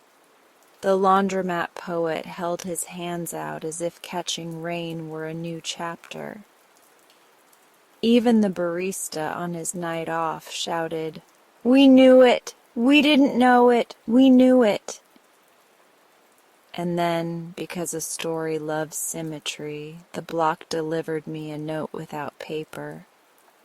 We made it with mouths and timing and the electricity a storm can't claim. "Thank you," came from one window. "Thank you," from a porch. "Thank you," again, softer, from the shadow of the alley where the shy things live. Not one of those thank yous sounded like a period. They were commas, every one of them joining themselves to whatever came next. I cried. Of course I did. I am the sort of person who cries at commercials where strangers hand each other hot drinks. I let my face be ugly with it. I let the rain take what it wanted and left the rest for the night to hold. And then I laughed in that wild, helpless way you do when you decide you might actually survive joy. By the time I remembered the extra loaf in the basket for the woman with the flashlight and the lavender, Mrs. Denning herself had stepped onto her porch, hair perfect, rain be damned. She had her mouth arranged into the shape of "I told you so," but the storm stole the words and I crossed the street before she could retrieve them. "This is for you," I said, and put it in her hands before she could decline. She blinked down at it, confused because it did not fit any of her prepared speeches. "Why?" she asked, honest for once. "Because it's Friday," I said. "Because it's raining. Because you're part of the street." Something in her jaw released. She nodded once, curt as ever, and carried the loaf inside like it was a fragile thing she'd learned how to hold. The storm kept up its racket. The bucket brigade at the community center cheered because the back room was finally losing the argument. Across the way, Kay had found a way to splash in the gutter that sent up an arc of water so high, even the adults clapped. And I, the woman who had been a rumor 30 seconds ago, stood in the middle of the street with Mr. Holt's ridiculous umbrella and felt not exposed, but included. Word traveled faster than any gossip Mrs. Denning had ever crafted. Phones lit up, the group chat exploded with "It's a Monty," and "I knew it," which is the funniest sentence humans say after not knowing things for months. The reporter from earlier that week texted Jay at the office. "Confirm?" Jay, who loves me in the quiet way friends learn to, replied with a photo of my bakery window and the constellation of notes taped there. No caption. It didn't need one. By morning the rain had calmed to a steady whisper, as if it had worn itself out being dramatic and now wanted to hear how the story ended. The neighborhood smelled like tin and green. My boots were a disaster, and my knee wore the beginning of a bruise that would bloom into an ugly sunflower by noon. The bakery steps were scattered with petals. Mr. Holt's daisies had surrendered, and someone had tucked a fresh towel through my door handle with a note pinned to it. "For the storm in your hair." When I opened Hawa's hearth to sweep, I did not step on flowers so much as invitations. "Come for coffee this afternoon," said one in looping script. "My mother wants to teach you her cardamom trick," another announced. A crayon-scribbled square declared, "You are the bread hero," which is not a title I recognized but decided to accept in the spirit of thunder and exaggeration. I worried briefly as the sun tried to muscle through the clouds. Had the magic evaporated now that the mystery was gone? Would the Friday heartbeat turn into a calendar item? A PTA bake sale with better branding? Standing in the doorway with the sweep of the storm still in my bones, I listened to the block. Kay shouted to someone I couldn't see. "Told you! I can keep a secret for like a while, laughter replied. A door opened and the smell of toast drifted out. A smell so faithful it might as well be called resurrection. Above me, a pigeon shook itself into the new day and cooed like an old man praising the sun. The magic hadn't vanished. It had changed shape, turned outward. We were no longer playing the game of pretend together. We were practicing the art of being a street on purpose. The kindness was louder now, but not cheaper. If anything, being seen made it sturdier. Everyone knew exactly whose hands had left warm paper on their steps, and instead of that shrinking the gift, it braided a new thread through it. Accountability, sure, but also belonging. At noon, I brewed coffee strong enough to apologize to the rain and propped the bakery door open. I didn't flip the open sign. Habit is a hard sleeve to take off. But the block wandered in anyway, one by one and in small clusters, as if we'd all been waiting for the moment when plywood could be a table again.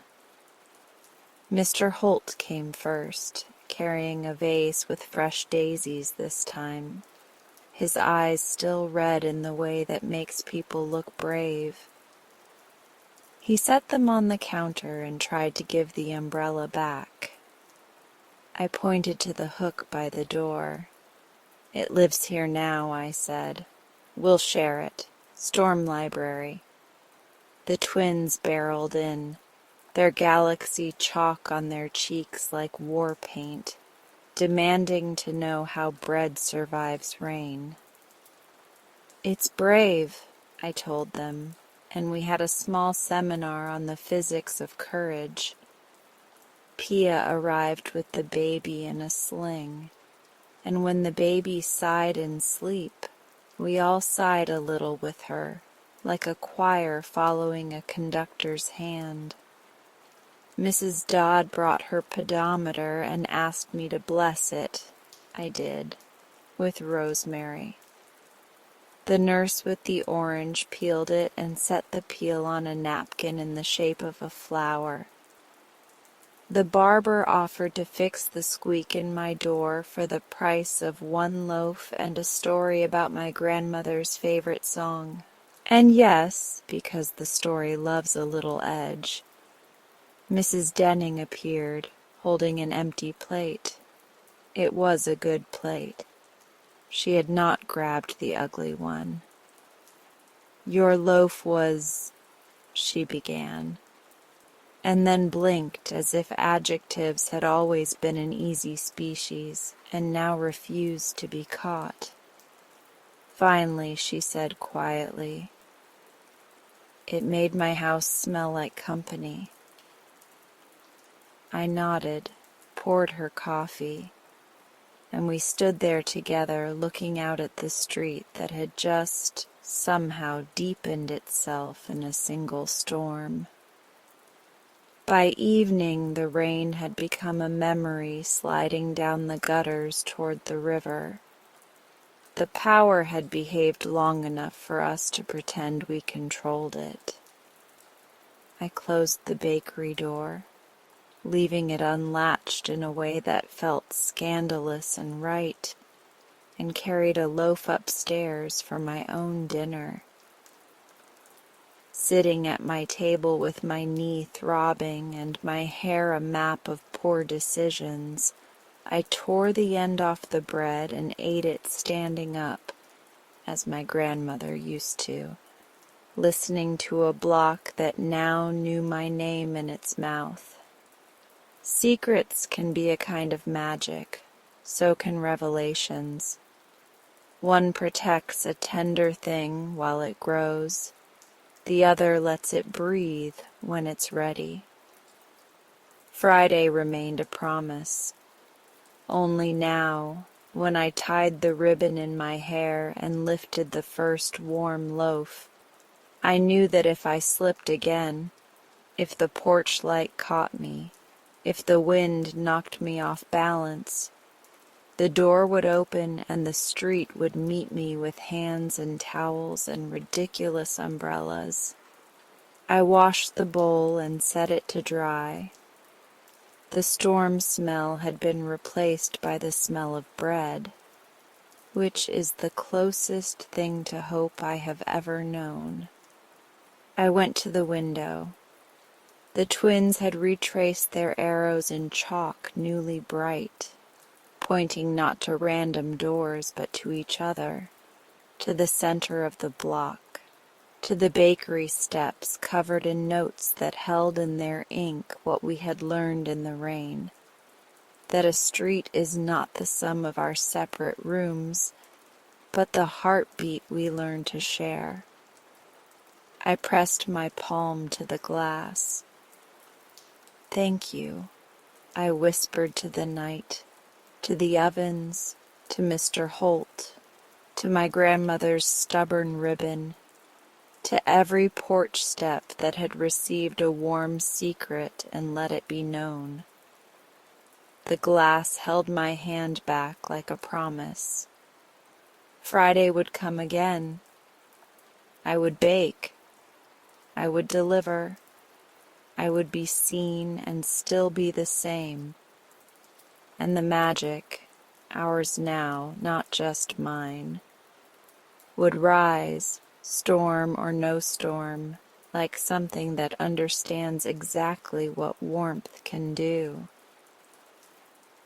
The morning after the storm, the street looked like it had been tenderized, puddles shining like bruises, leaves clinging to the curb, sky bleached to a weary white.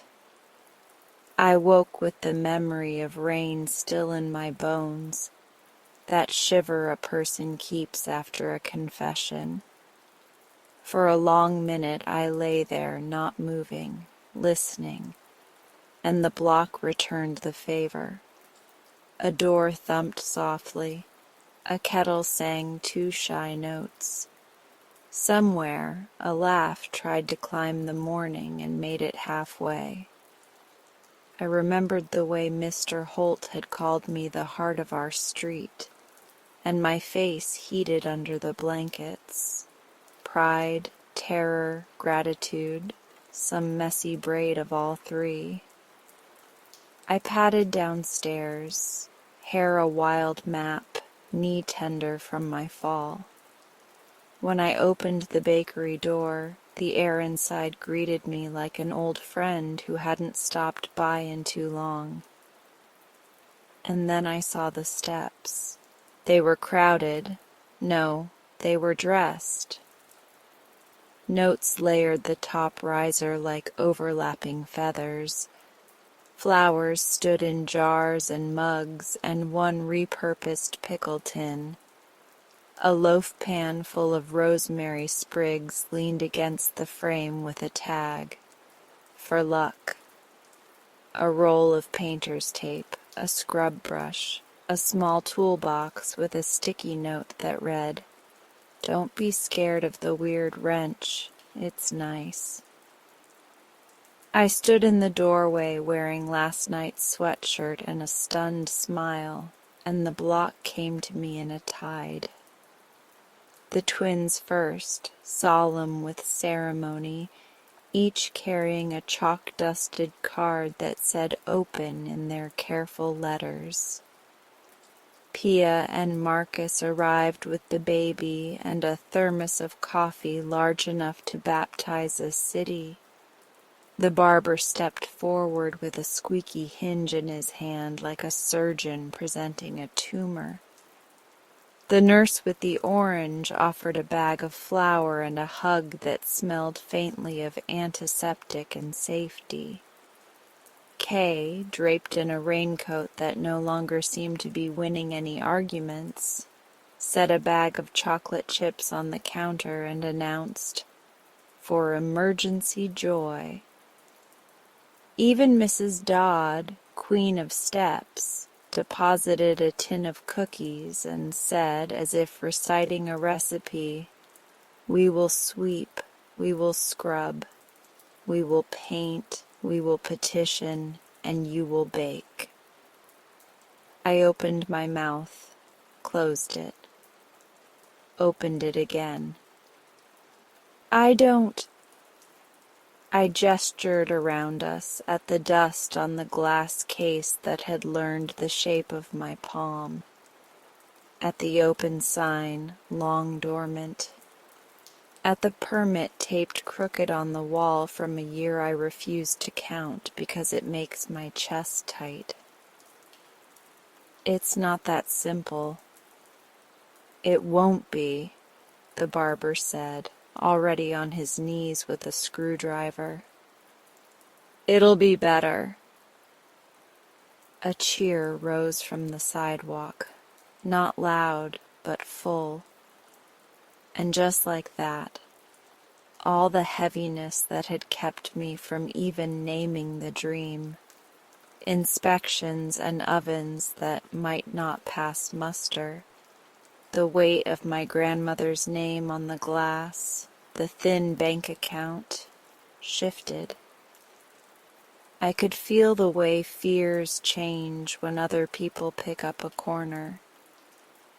We started with water and rags because all good resurrections begin with washing. The first swipe across the front window carved a clean shape out of the gray, and suddenly Hawa's gold letters looked like they were exhaling. I wiped until my arm ached, then handed the cloth to Mr. Holt, who took it like an oath. He moved slowly, carefully, as if polishing a memory, and then stepped aside so Kay could draw wet loops on the glass with his fingertips.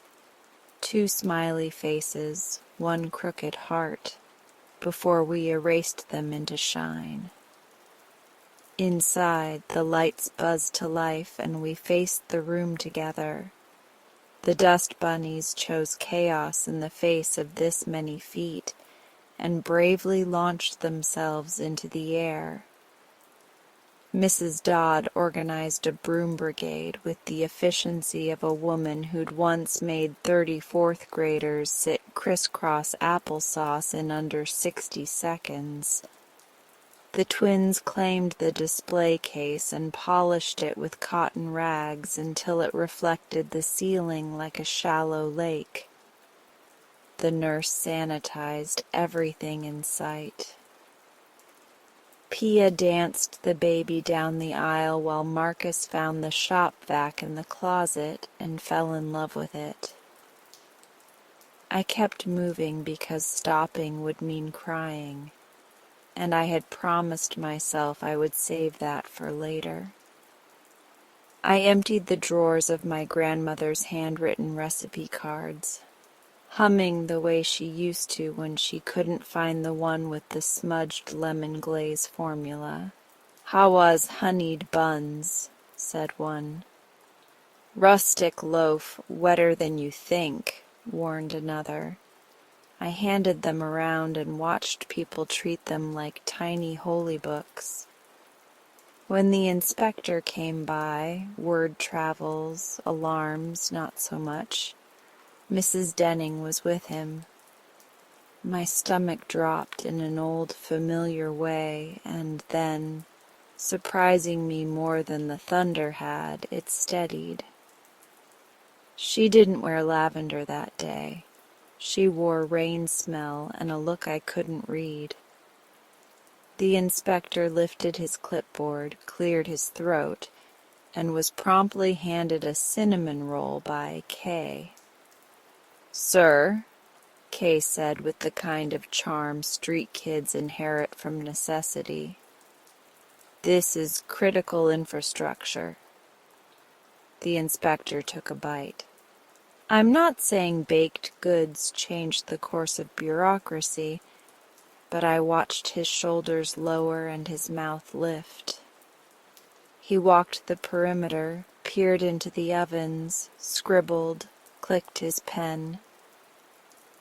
"You've kept it up," he said to me, and the "you" was not singular. He set a list on the counter. "These need doing." He tapped the page with a forefinger and winked. "I'll check back. Monday." "You asked for Monday?" Mrs. Denning blurted, then stopped, startled by her own tone. She looked at me like a person peering through a window they'd washed themselves. "I spoke at the association," she said awkwardly. "After the storm. I may have been—" She winced. "Early to judgment." Her eyes slid to the recipe cards, the flowers, the tools. "I brought this." She lifted a folder I hadn't noticed, full of forms and phone numbers and an application for a small business grant. "Bazaars aren't bakeries," she added, almost smiling, "but I do know paperwork." I couldn't stop my laugh. "Will you stay?" I asked. She hesitated for only a second before stepping fully into the room. "Only if I get to make my mother's challah at the first Friday," she said. "She taught by feel, not cups. I'll need your hands."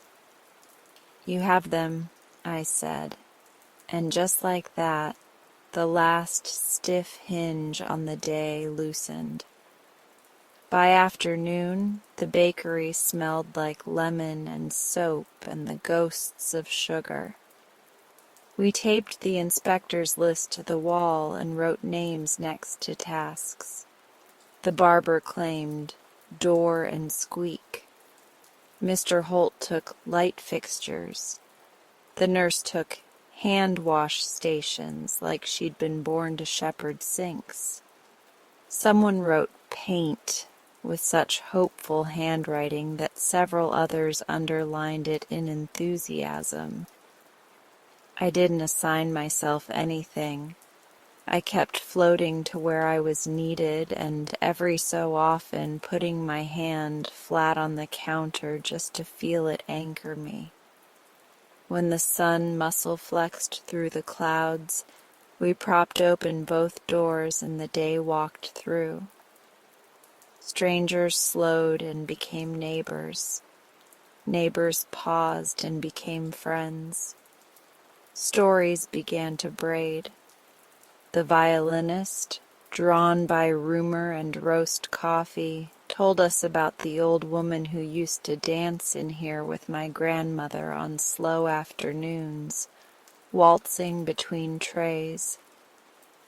The laundromat poet brought a stack of napkins and began writing lines about yeast and bravery and storm umbrellas. The twins illustrated them with loaves that wore capes and boots, and the notes kept coming. Folded slips pressed into my hand, envelopes tucked behind the till, small cards wedged under the salt jar. Not one of them asked for free bread. Not one of them asked when, exactly, I'd reopen or whether I could do gluten-free on Tuesdays. They said, "You made me remember my father's kitchen." They said, "I met my neighbor of 3 years today." They said, "I haven't laughed in public since the divorce. Thank you for the room to try." By late afternoon, the idea was no longer question but plan. We would reopen. Not as a bakery that asks money of strangers and sends them back into their separate mornings, though I would sell loaves enough to pay bills and replenish flour, but as a place built for the life we had discovered by accident. We decided it at the work table, elbows damp, butter knife tings counting votes. Saturday for prep, someone said. Sunday for paint. Monday for fixes. Tuesday for permits. Friday night, I whispered, because my voice couldn't carry the weight of wanting. Friday night, we test the ovens together. The cheer that went up felt like a storm made of forgiveness.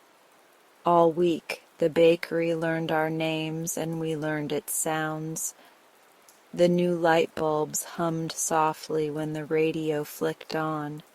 The repaired door sighed instead of shrieked.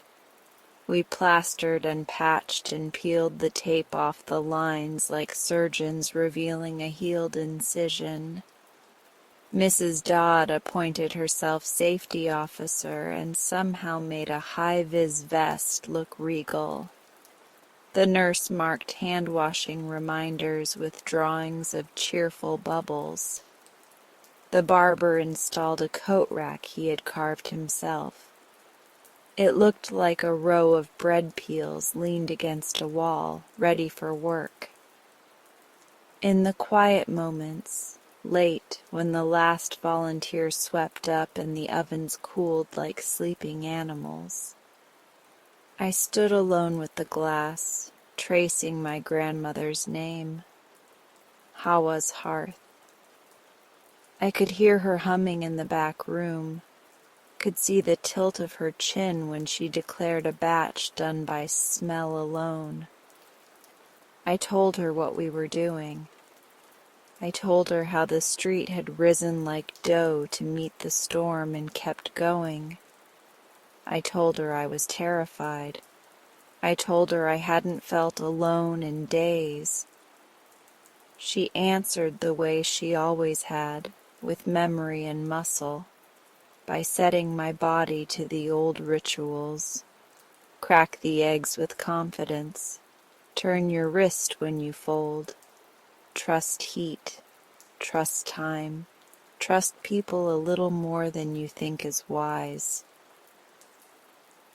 Friday came like a forgiven secret. All afternoon, faces appeared in the window and broke into smiles. We set the table long, making a feast of mismatched chairs and borrowed benches. I wrote a menu in chalk that wasn't really a menu so much as an invitation. Bring the recipe your hands remember. The room filled with noise I could breathe. Spoons clinking against bowls, laughter turning corners, the quiet purr of an oven content to be useful again. We started a tradition by accident. Someone called it that, a tradition, and the word stuck. Friday nights became a table for everyone. It wasn't fancy. We didn't plate. We tore and passed and ate standing up when the chairs ran out. People brought recipes the way they bring babies, carefully, nervously, proud. The first night, Mrs. Denning and I braided challah side by side, her fingers strong, mine hesitant. And by the third rope we were laughing at the way flour on our cheeks made us look temporarily like people who forgot to be wary. Mr. Holt made a sandwich loaf that tasted exactly like the kind you want in your hands when your heart has been bruised. He cried into the dough and pretended not to. We pretended not to see and then told him later, each of us, that the salt was perfect. Pia stood at the sink washing bowls and inventing lullabies. The baby slept in a basket and woke long enough to accept the job of being passed from lap to lap, a warm parcel of future. Kay ran deliveries to the corner where someone's grandmother couldn't climb the steps, proud as a footman. The violinist stood near the door, bow tucked under his arm, and ate with that intent concentration musicians carry into everything. I watched it spread, ease, that rare thing, as if we'd smuggled summer indoors. The lonely people I had met in the dark began to bring their stories to the table the way you bring a dish you're not sure will be popular. A man spoke haltingly about the year he didn't leave his apartment.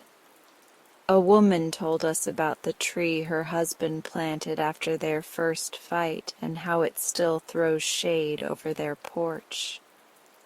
We listened. We passed the salt. We said, "I know that one."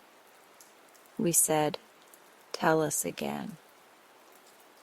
There were recipes that failed spectacularly. The second week, someone tried to make an experimental beet bread that dyed every cutting board a seditious pink and tasted like a garden had taken revenge. We ate it. We said, "Maybe with more salt." We said, "Maybe never again." We laughed until we had to lean against the counter and catch our breath. Between Fridays, the bakery became itself in small, practical ways. I met with the inspector and shook his hand when he handed me the permit with a flourish like a magician revealing a dove. I reopened the account my grandmother had once used and cried quietly at the bank because the woman behind the desk wore the same perfume Hawa had loved. I bought flour so heavy I had to accept help carrying it. The sign in the window glowed open for the first time in years, and I stood across the street to see how it looked, like a lamp in a good book. Like a promise someone could keep. I won't pretend every day sparkled. Some mornings the fear came back like a tide and licked at my ankles. What if this was temporary? What if people moved, lost interest, got busy? What if the grant didn't come through and the ovens demanded repairs we couldn't afford? What if? When it got loud, I did what always works. I measured. I kneaded. I put my hands into something that asks only for attention and rewards you with more than you gave.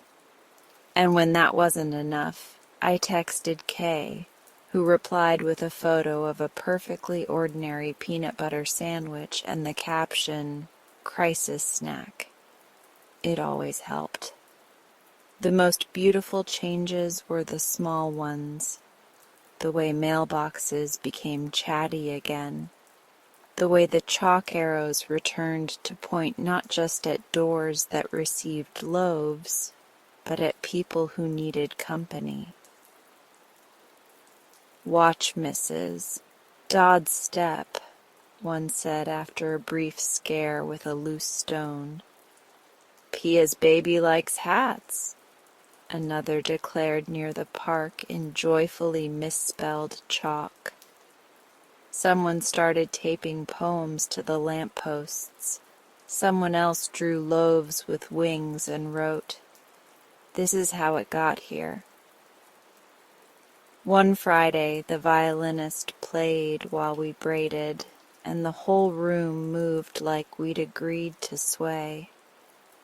Another week, the nurse taught us how to bandage a burn properly and then scolded me gently when I reached into the oven bare-handed on a dare. Even the barber got into it, running a pop-up chair in the corner to trim bangs while rolls rose, a living reminder that you can carve a life anywhere. People who used to eat alone began to plan their Fridays in whispers all week. The widower on Maple started bringing an extra plate just in case, and there was always a just in case. The lonely teenager with the skateboard began to live with a small crew of friends sprawled on the floor, tying aprons too tight and roasting each other tenderly. And the notes changed, too. They became invitations more than thank yous. "Come sit with me Sunday," one said, taped to my register with a smiley face that looked like it had rehearsed. "Bring your lemons," another instructed the nurse.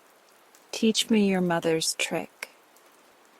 I had worried the magic would evaporate once I was seen. Instead, it condensed on the windows and slid back into the room, thicker, sweeter. I stopped standing at the edge of our gatherings, waiting to be found. I stood in the middle and was found. I stopped baking as a way to talk when words failed me. I baked and then used my words, and the two no longer argued. The ribbon in my hair felt less like an heirloom and more like a team uniform. Some nights I closed the bakery late and walked the block just to listen. The street hummed different now. Even silence sounded like a decent thing. Lights in the windows didn't make me feel shut out. They made me feel like part of a chorus resting between verses. Once I saw Mrs. Denning on her stoop reading a cookbook with a pencil in her hand, her face not stern but soft, as if tasting sentences. When she noticed me, she lifted the pencil like a toast. And then, one quiet Friday, summer leaning into fall, I found myself alone in the bakery at dusk with a last batch proofing under tea towels. The week had been ordinary: permits and deliveries, a child's lost shoe returned, a decent cup of coffee purchased with a wave. The wind behaved. The sky held itself in that late September blue that feels like a secret kept between you and the air. I had the windows propped for the first time since reopening, the frames painted a forgiving cream, the sashes sliding without complaint thanks to the barber's mysterious oil. The room was ready. The long table wore a linen runner someone's aunt had refused to keep hidden in a drawer. The mismatched plates made an arrangement that didn't pretend to be anything other than what it was: gathered, generous, enough. I placed the last tray in the oven and turned the dial with that small twist I love, the one that says, yes. As the loaves rounded themselves into their final shapes, the first knock came. Soft, a friend. Then another, laughter punctuating wood, the murmur of feet. I went to the window and unlatched it. The outside air met the bakery's warmth, and the scent rose like a story we all knew the ending of and wanted to hear anyway. Honey and yeast and the cinnamon that had crept into my hair permanently brushed the street and did what smell does best. It traveled without asking permission. It slid across the sidewalk and found Mr. Holt's porch, where the daisy in a jar had been replaced by a fern he seemed to be winning arguments with. It slipped through the crack in Pia's door and made the baby kick her sockless feet. It climbed the stairs of the duplex where the single mother's little girl had once waited just to smell happiness, and it pressed that same happiness into the carpet like a blessing. It visited the barber and the nurse and the poet and the twins, who were chalking a loaf with wings on the corner and adding stars just because they could. I stood there with the window open and let it happen. I didn't hide. I didn't apologize. I didn't think about how long it had taken me to crack the latch. I thought about my grandmother's hands. I thought about the storm and the umbrella and the night this all began with a single loaf and a note that said I haven't smiled in weeks. "Ready?" Kay asked, appearing at my elbow with an apron he'd decided to wear like a cape. "More than I knew," I said. We placed the baskets on the table and the door welcomed our neighbors without fanfare, because the best miracles buy tickets like everyone else. People came carrying their flowers and their fears and their auntie's secrets and their griefs wrapped in towels. They set them down and broke them open, and we ate. We were not perfect. We were not quiet. We were, all of us, held. And I, Amani, the woman who once tried to be invisible so the world wouldn't ask her to be anything else, felt my edges soften and expand until I reached the walls.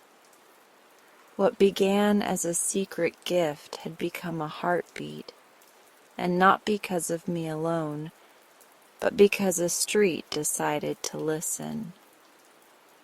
Later that night, when the loaves were mostly crumbs and the twins had fallen asleep under the counter in a nest of aprons, when the last notes were slid into the frame of the office mirror and the last promises made at the door, I stood again at the window. The breeze had turned cool enough to lift the hair at my temple. The sign in the glass glowed. The ribbon in my hair tugged gently in the draft like a flag. I opened the windows wider, and the scent of what we had made together drifted out across the dark, carrying warmth into every home. Not in secret anymore, but in shared joy. And for once, I didn't wonder whether anyone noticed. I knew they did. I knew we all did. I turned back to the room and rested my palm on the table, the wood warm from elbows and bowls, and felt it thrum like a living thing. The heart of our street, Mr. Holt's words, beat steady, not just in me, in us. "Let's begin," I whispered to the next loaf, to the next Friday, to the next ordinary miracle. And the ovens answered the way they always do, with heat that felt like belonging. And that ends tonight's meditation. You're welcome to stay for a bit longer if you like. Have a beautiful night. Until next time.